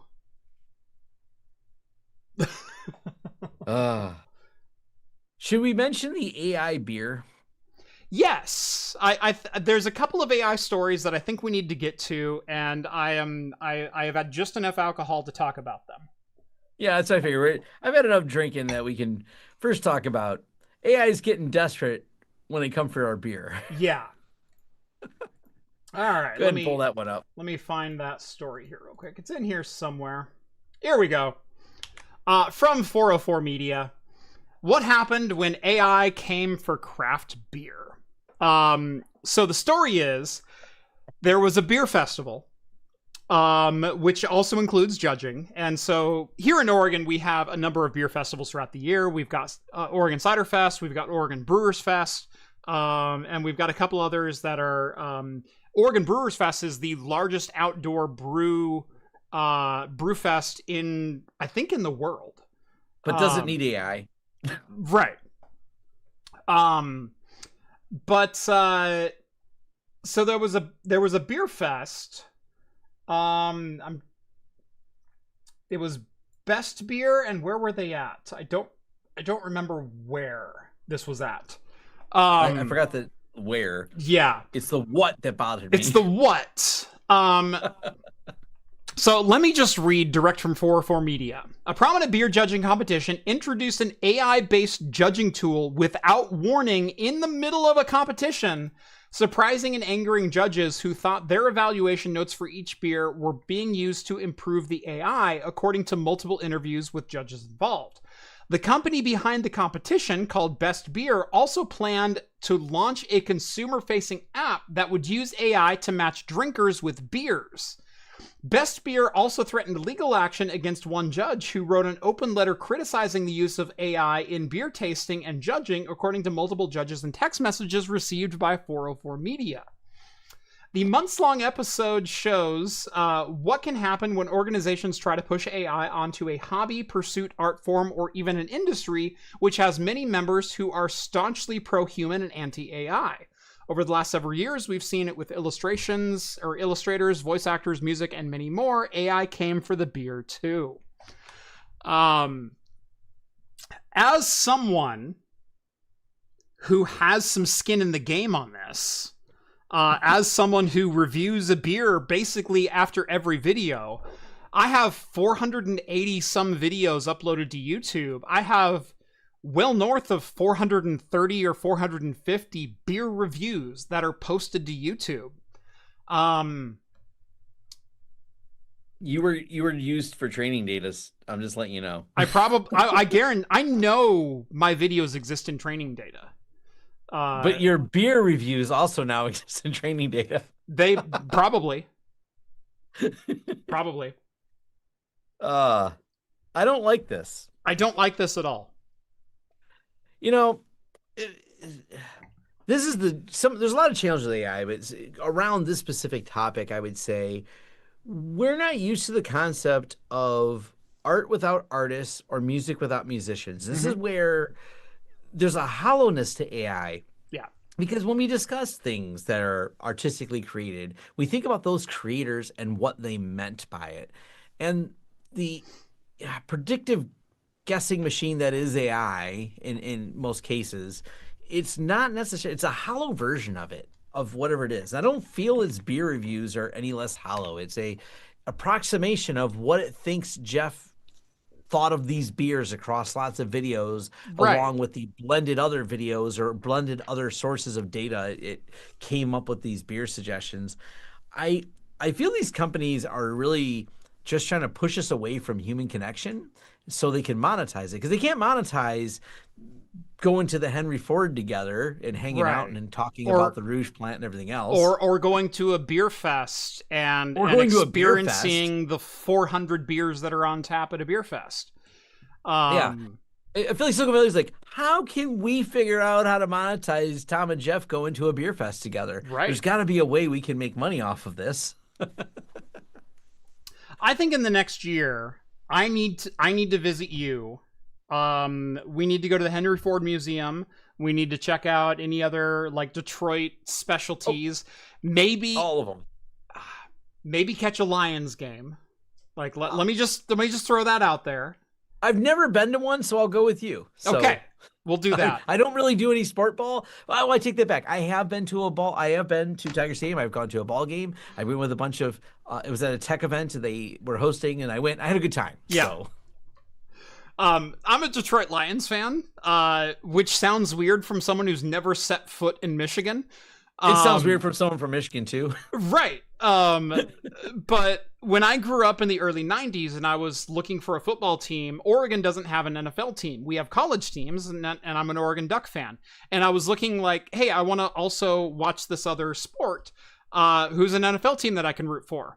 But being an Oregon fan, I went, well, Seattle has an NFL team. No, Seattle. And then I'm like, well, what's the next closest one? Oh, it's San Francisco. No, San Francisco. And it's like, I'm not going to be a fan of a direct rival city. Like, that's not going to happen. And I'm like, maybe Denver. I guess that's far enough. It's 1,000 miles. I guess that's far enough away. Maybe I'll be a John Elway fan or something like that. But every Thanksgiving, I went over to my grandparents' house, and they always had the NFL games up on the TV. Well, Detroit plays the 10 a.m. Thanksgiving game. And every Thanksgiving, I would go over, and I would watch Barry Sanders on the TV. And I went, I'm a Detroit fan. And I've been a Detroit fan since 1992. And let me tell you, that was the wrong choice. Yeah. But... So whenever I hear Barry Sanders, I loved Detroit had the best ad. There's a really cool downtown circle area. It's where a bunch. So for anyone who wants to take the time to look up Detroit, look at a map of it, and it's built like the spokes of a wheel. The wheels all these spokes converge because it's concentric circles. All the roads are kind of this weird round. It's a very unique design for a city. It's not like a standard grid pattern. Right. Where it converges, part of it is called Campus Martius. And it's a cool park, one of the sightseeing things that if you come visit in Detroit, and if Jeff does, I'll definitely take him there. But there's a giant part of this building that doesn't have windows is huge. I don't know how many feet tall or how many feet it goes up, but it's a giant billboard all the time of some ad. Yeah. For years, they had the Barry Sanders picture there. Massive picture of Barry Sanders. The only thing on it was a picture of him. It said Barry Sanders. And it said actual size. I always thought it was just the coolest ad. That's all it said. Good. Actual size. It was like 75 feet tall. It was so rubber. It was so big, and I loved it. It was. Yeah. So I'm also an Oregon fan, and what was really funny is Oregon, on part of their like national rise in the late '90s. We had Joey Harrington as our quarterback, and we thought he could win the Heisman. And so the University of Oregon took out a billboard in New York City with nothing but Joey Harrington standing there holding his helmet on the side, just like one of these poses. And it said Joey Harrington, but Harrington was crossed out and it said Heisman. And everyone thought it was a Nike ad. Because we were also like the Nike school, and we still pretty much are. But like, you know, those larger than life things, I love them. I love those kinds of advertisements. You know, those niche kind of things. Kind of fun. Yeah. Just kind of fun. Yeah. Should we talk about the other topic of AI? Yeah, I think we need to. Did I bring that one up? Hold on. Oh yeah, there it is. Okay. So speaking of AI and industries that's trying to kill, or get a stranglehold on, or whatever else, I think stranglehold's the right word. Stranglehold's the right word. Yeah. Sure. Sam Altman, OpenAI CEO. I don't even know how to gracefully transition into this one, so we'll just say it. Says, yes, erotica will be available to verified adult users via ChatGPT sometime this next year. Yes. Now, they're not the first to do it, but what they're seeing is the success of character AI, replica. I'm reading off a few as I had some notes on this. And there's, it's insane to me. Now, first, let me insert my joke. Please. I'm dating a model takes a whole new context in 2025. I'm just going to throw that out there. Oh, you're dating a model. Oh, it's what model? Anyways, she runs on another server. You wouldn't know her. You wouldn't know her. She runs on another server. But I don't think this helps an already struggling younger population trying to find human connection. We already know there's just been a lot of issues. 2020 and the events around it started them, and they were compounded. We didn't know how to handle things, and we ended up with kind of a generation of people that seem a little awkward at talking to each other and figuring out the rules of that. There are absolute challenges in becoming friends with other humans and things like that. By the way, I'm almost 50. It's even weirder at 50 to try to make new friends and things like that as you get older, because you generally make them at work, and with people working from home now, that gets awkward. And for young people who schooled from home for a number of years, in some of those formative years, now they have those issues. And the problem is these are optimized to keep you there. They say things, and I think it was Replica, one of them, one of the things it tells you is like, I'm here for you. It has a lot of focus they put on to really tempt these. And unfortunately, we've had people who have experienced mental health crises from these. So they took someone who already had some challenges, maybe they were lonely, and ramped it up. We've had people that it's really caused traumatic damage. And I'm not real thrilled with this. Like, this is not going to help society. No. It's the further downfall. And I think the reason they're doing it now, because ChatGPT was kind of not for this ever, Sam Altman, but I think that they've seen the success and the subscribership and the addiction they can get out of people going, cool, we can exploit lonely people and extract subscriptions out of them. That's an untapped market. And so, it's kind of, as much as I want to just try to be lighthearted on things and be joking, I actually think this is a more serious human problem. People have a lot of problem with addiction in general. Gambling is. Yeah, we have an entire city dedicated to exploiting that in people. We call it Vegas. So, and exploiting it from it's a great city, but I wouldn't live there. Like to quote a lot of people. Rev, one of our mods, points out it's depressing when you hear about the number of youth who have had romantic relationships with AI, and I think the last one that I saw was 1 in 5. 20% has had a romantic engagement with an AI agent. And we can wrap this up in a number of different ways. We can talk about it like numbers wise, but getting to the core of what AI is, as far as chatbots or image generation or video generation or anything like that, it's generative. It is taking the data that it's learned and regurgitating it into a state that it thinks you want. Both accurate and inaccurate as far as data goes. Both sensible and nonsensible as far as human interaction goes. And both engaging and dehumanizing as far as personal connection goes. It is trying to emulate what it thinks genuine human connection looks like.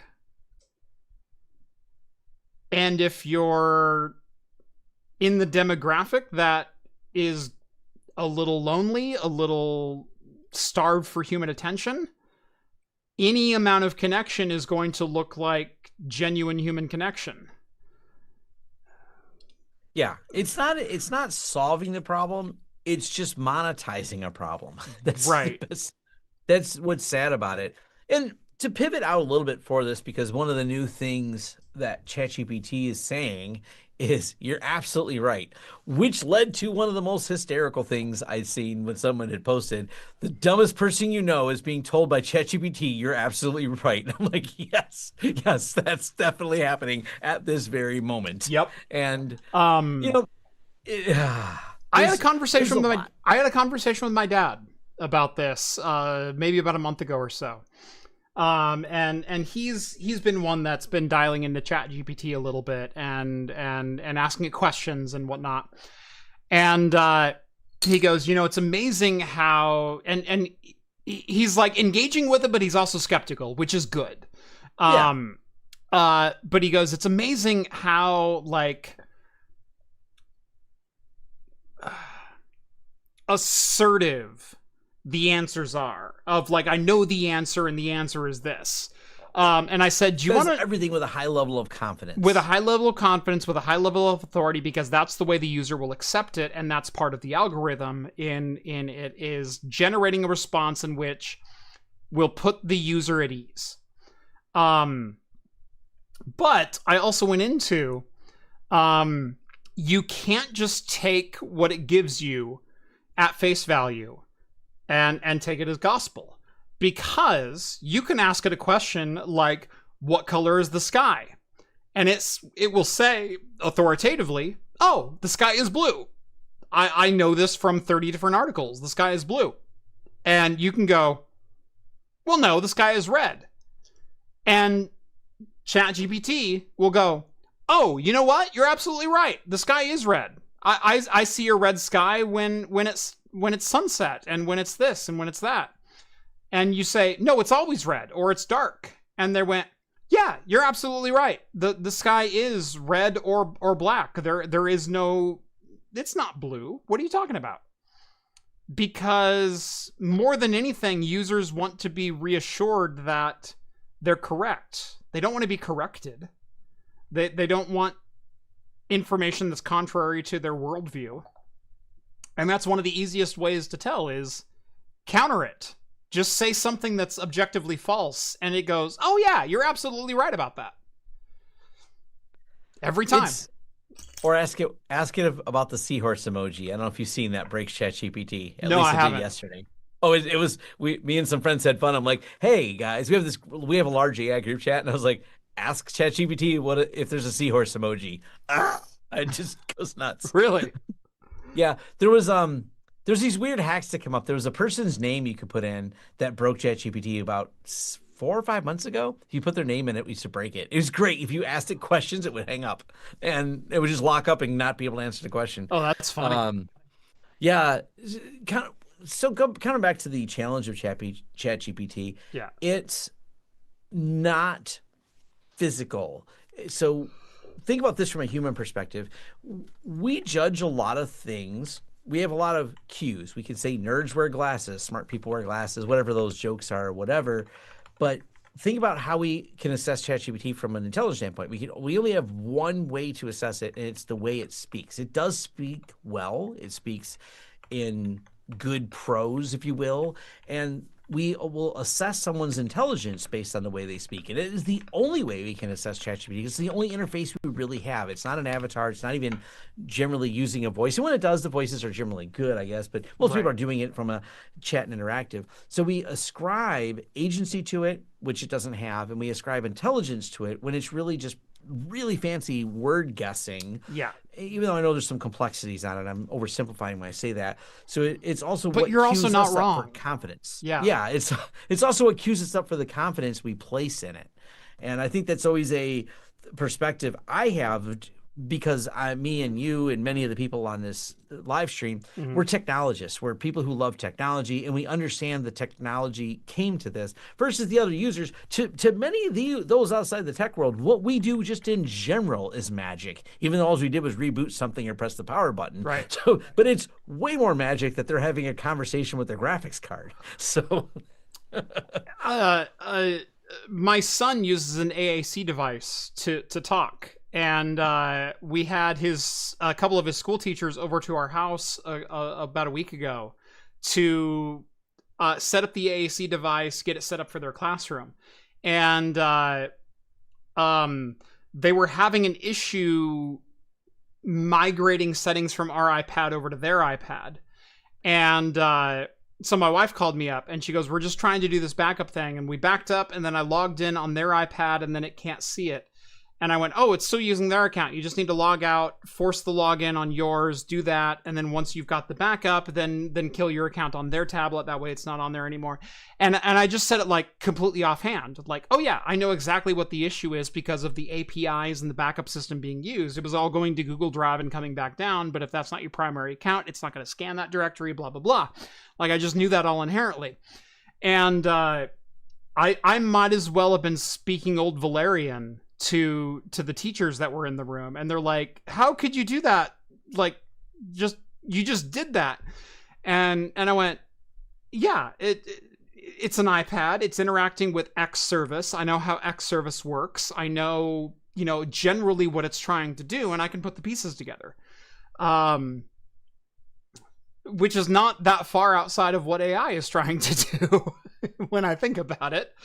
Yeah. It knows generally the output that is desired and does its best approximation at that. I didn't know the application we were running. I didn't know the exact backup service that was happening. I didn't know what exact directory it was trying to access. But I got 90% of the way there, and that was good enough for that situation. Yep. Yeah. Kind of, a quote that comes to mind, and it gives perspective, because do you know who Kurt Vonnegut is? Slaughterhouse-Five, wrote a lot of books. Okay, yes, okay.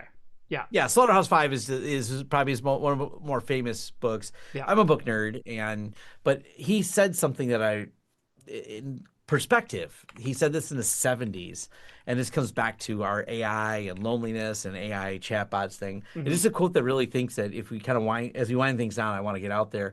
What should young people do with their lives today? Many things, obviously, but the most daring thing is to create stable communities in which this terrible disease of loneliness can be cured. I've always loved that quote he had on that. It's a good quote. He did it at a college. He said it a few times. He said it, I believe, at a college commencement. What should you do with your lives? That inspiring thing. But to think about that from, I was born in the 70s. He was saying it when I was born, right. And there's some Silicon Valley tech bro going, I'm gonna solve loneliness with this. No, you aren't. Real community. Like, it's. Even at the hacker conference I was at, one of the talks was about how to build physical communities. And it being that we're nerds, the details in this talk included things like why you should hold your community event at places that only have high top bars when you can. That way people can wander from table to table to make the conversations easier. There was all kinds of little social cue details in there of how to get people in the room together. Mm-hmm. And those are things that I thought it was a cool talk because of the eccentric details in how to build community. And this person was building groups of people who want to get into hacking and things like that. He runs a few hacking groups in Chicago. How did he start them? How do you get a group of people together? What are the things he did? So he put together in his head all those little details to take and build a physical in-person meetup where a bunch of people became friends. And I think those are, like, a lot of people want to start online communities, and nothing wrong with that. We both do this because it makes it easy for us to connect large groups of people in Discord or whatever. Yeah. But there's still a lot to be said for physical communities and physically being in person with someone. Absolutely. You know, I brought up VCF earlier, Vintage Computing Foundation. Like, they do a number of conventions across the Midwest and the East Coast and whatnot. And they've been non-existent on the West Coast for a long time. And I actually said, hey, we should get a VCF out here. Hey, Vince, you should talk to the people who are in charge of VCF. And Vince goes, yeah, I already know them. We're in DMs. We're cool. And then all of a sudden VCF is happening in Seattle next year. Mm-hmm. And yes, I want to take credit for that, but I did absolutely no work other than say, we should do that again. That sounds like fun because I'd like to go to one that's closer to my house. That's not a 12-hour plane ride. And now VCF is happening, and that's great. Those are great. Remember that I said I'm going on a trip tomorrow. I am going to not really tech related at all, but it's funny because my wife, she has a harder time understanding this, but I'm like, this is, you know, an easy way to meet people. I like motorcycles. I like off-roading. Yeah. I am going to the middle of nowhere. There's not really cell service. I'm going to be off-grid for the next few days. I'm going to throw my motorcycle in my truck. I'm hooking up my camper, and I'm going to meet up with probably about 40 different people, and we're going to go motorcycling together. I know 0 out of 40 people. Hell yeah. Right now. I don't know any of them. I know someone posted the event. It's funny that these people are old school because they don't like Facebook and things like that, like many of us do not. They do this off mailing lists, which I appreciate. Like, that's how these people know about the event. And the event's been growing every year because more people find out. Now, they do post about it on Facebook just to let people know. Right. But most of it communicate, and people just kind of become friends. And I'm like, cool. So I'm going to an event that I know 0 people at, but I'll probably make at least 40 friends. I know we all like motorcycles. That's the only reason we all like motorcycles. And even if I don't like some of the people, I'm going to go ride my motorcycle, and that's always fun. I'm going to go play in the dirt. Yeah. I'm a little jealous because I haven't gotten mine out of the shed in like 3 years, and it's just been sitting there and it's turning to dust and it irritates me, but I want to go riding, but at the same time, it's like, who do I go riding with? Like, I have a motorcycle. I don't have 2 motorcycles, which means I can't just take a random friend with me. Yeah. So, but yeah, and that's what I do is I find some of these people, and I have slowly made some of the groups. Matter of fact, so I went to a motorcycle event. It's a really cool one, a big motorcycle show. This guy looks at me, and he's kind of staring at me for a second, and he says, "Tom." I said, yeah. And he goes, I love your YouTube channel. And I was like, cool.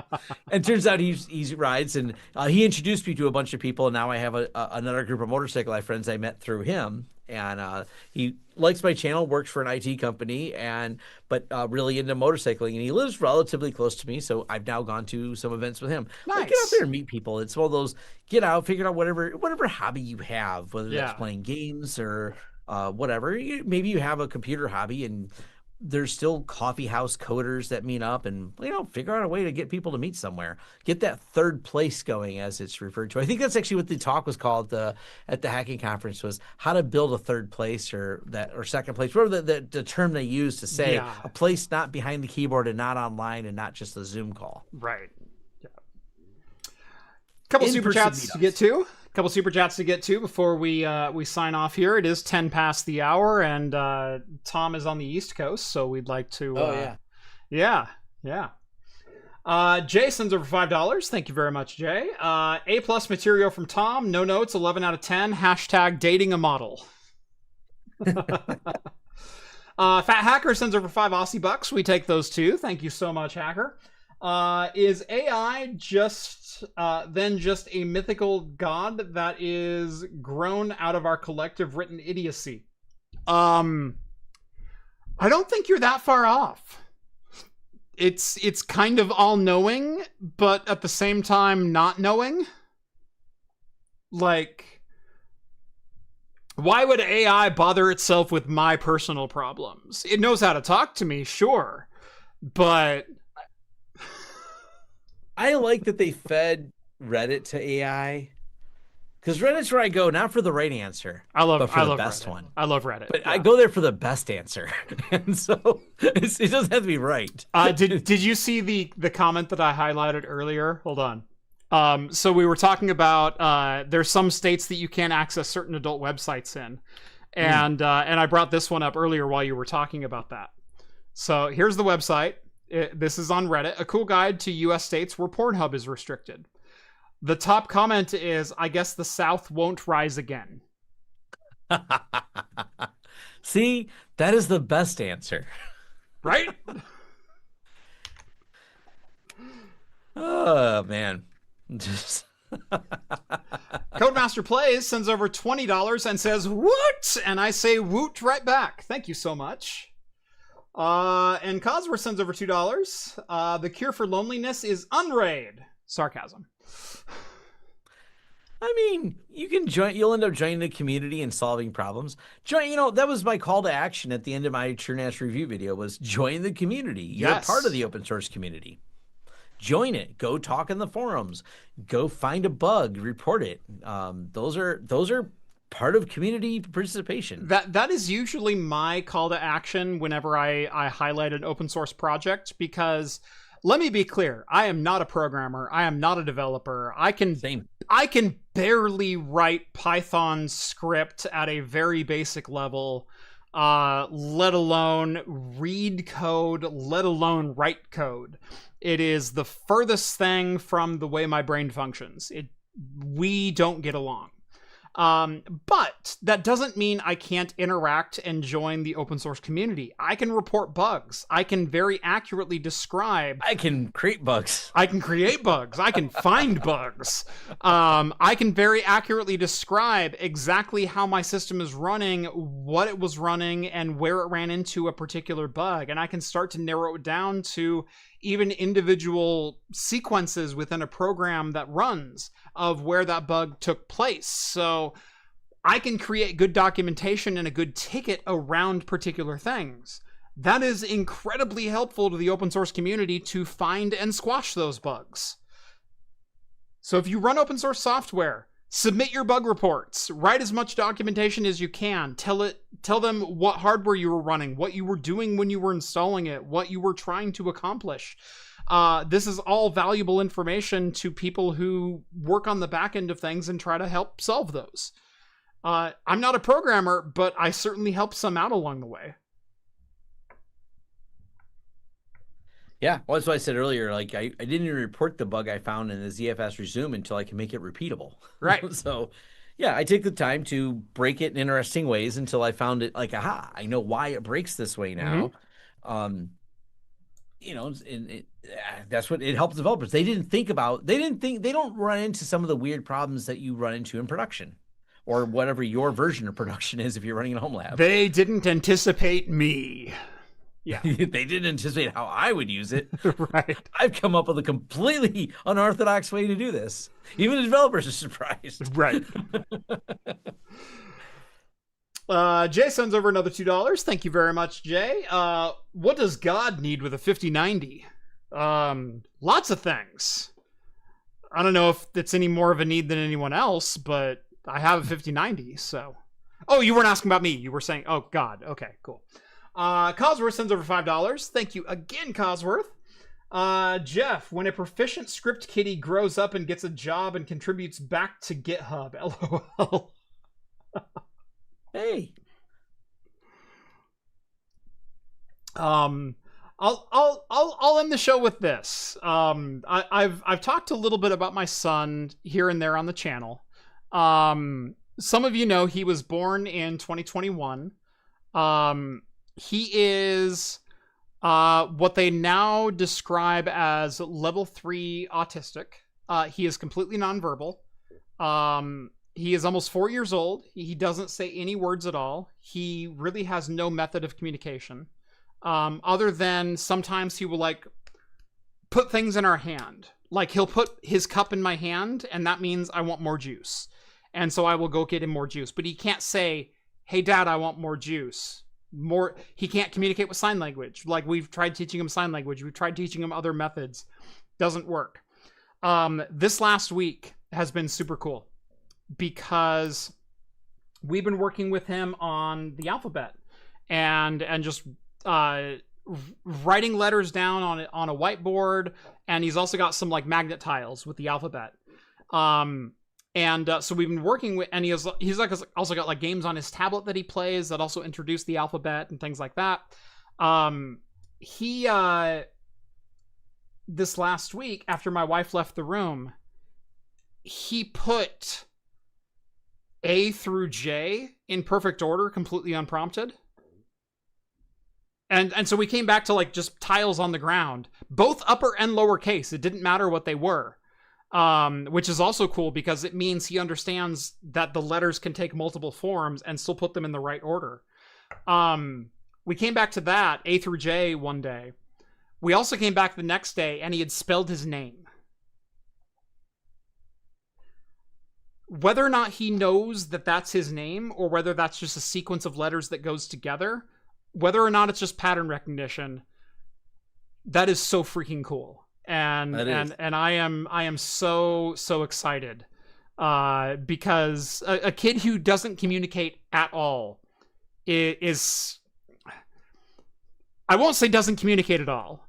The dude's got a sense of humor, and he loves telling jokes, and he loves poking fun. One of his favorite things to do with me is steal my hats and put them on his head and walk around like he's dad. Because I'm always wearing hats, and so he constantly steals my hats. He will sit at my computer and he'll mimic me at the computer upstairs, and he'll type and he'll move the mouse around, which is hilarious.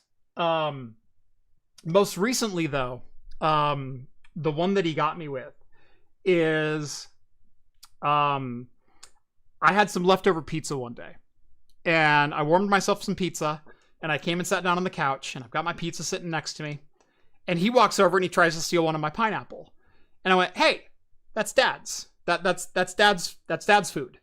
And trying to do both the sign language and talking to him, and I said, "No, that's Dad's food." And so he glares at me. And then he runs over to the other side of the living room and he grabs his iPad, which is his AAC device, his communication device. He's got like a whole like soundboard on it for saying different words. And he goes and he plops down on the couch on the other side of me and he glares at me again. And then he looks back at his tablet and he scrolls through a bunch. He scrolls through the food page and then he glares at me again and he goes, "Pizza, pizza, pizza, pizza, pizza, pizza.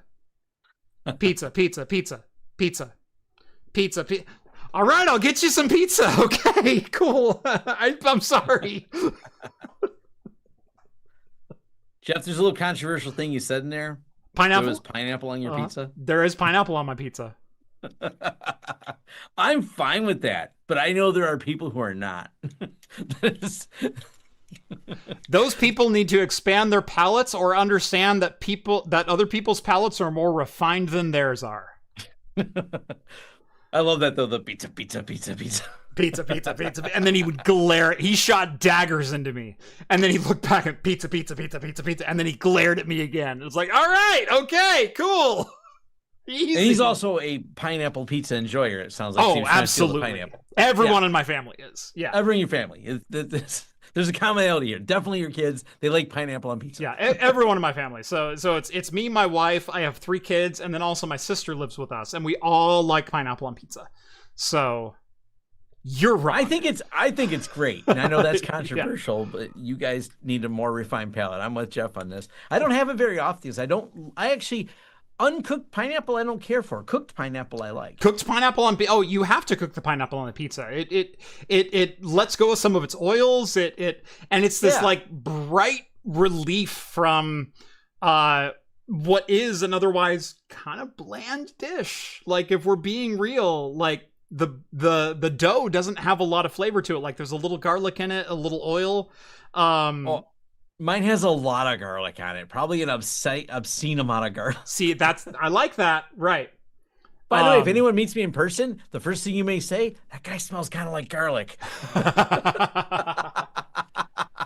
Something you would never know about watching me on YouTube. Nice. I really eat a lot of garlic. Novella says, is his beard coming in yet? No, but what's really funny is my oldest and my youngest, they both really liked dressing up like dad. And so when my youngest would come visit me at work, she would steal my hat and my name badge and my glasses, and then she'd sit down on my desk and she'd type on my keyboard. And I've got like a ton of pictures of her doing that. And then my youngest, who is also the nonverbal one, he loves stealing my hat and my glasses and anything else that he can get from me. And he will walk around. He will, one of the funniest things he did is he went and stole one of my hats. He walked over to a set of slides, like sandals that I have, and he put the slides on his feet, and he started walking around the living room and just kind of strutting in my clothes. That's great. So that's me as a super proud dad. So that is awesome. Yeah.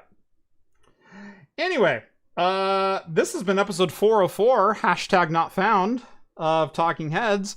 Join us every Wednesday night at 6 p.m. Pacific time for the latest in beer and tech news right here on YouTube. Subscribe to the channel if you haven't done so already. Make sure to drop this video a like. Check out Tom's channel, at Lawrence Systems. His channel link is down in the video description. And if you like the content you see on this channel, want to help support us in what we do, consider joining the Patreon. Link is down in the video description, and that gets you access to the exclusive Discord server, where you can chat with myself, Tom, Rhett, all the hosts from Talking Heads, and join the awesome community that hangs out there all through the week, including our exclusive after party, which we do video chat after the shows. Tom usually goes to bed because it's like midnight his time. He's an old man. He's got to get to bed. I'm old. I'm almost 50. But for me, it's 8:30. I could definitely have another beer and video chat for another 2 hours. So that's what I'm planning on doing tonight. Yeah, go join the Discord. I'll still be playing on my phone for at least a little while, so if someone tags me, I can be summoned. So. That's usually how we get Tom over to my channel, is someone tags him. And yeah, if you tag me, I do respond to tags. I go through, I should respond to that. At some point, though, I will pass out and not reply till tomorrow. So fair enough. Cosworth sends over another $2 and says, pineapple pizza is pizza homicide, #pizza war crime. Yeah, Cos and I don't agree on the pineapple on pizza, and I think he's wrong. So... yeah, I'll do pineapple. I like anchovies on pizza, but I do prefer the anchovies uncooked. Okay. That's a whole different dividing line. Yeah, I don't know that I've ever had genuine anchovies on pizza. Like I think I would try it. I would definitely try it. They're really salty, kind of fishy, but if you cook them, they don't have the they bleed in, like the pineapple, how it bleeds into the pizza. Yeah. The anchovies do that. And then the whole pizza just tastes like it. It's not as good. But if you put an anchovy, if it's that concentrated. Yeah, I bit this really salty thing with some small bones in it. It's kind of weird. Okay. I don't do it all the time. I'm not the biggest fan of it. My wife likes it actually more than I do. I'll get them once in a while because I like to eat the anchovies because they're salty, and I like salty things. So. Yeah. All right. Enough about pizza. Yeah, now I kind of want pizza, but I have some rice upstairs that I made earlier today because healthy food. Yeah. It's rice. It's ground turkey, beans, multiple kinds of beans. There's black, red, and kidney beans in there, and then a little bit of corn, and I think that's about it. It's just like a random rice casserole dish that I threw together for lunch. Anchovies in salad, if you're doing a proper fancy Greek no, it's not Greek. Caesar salad has anchovies in it. Yeah. So. Yeah. It's in the dressing. All right. Thank you.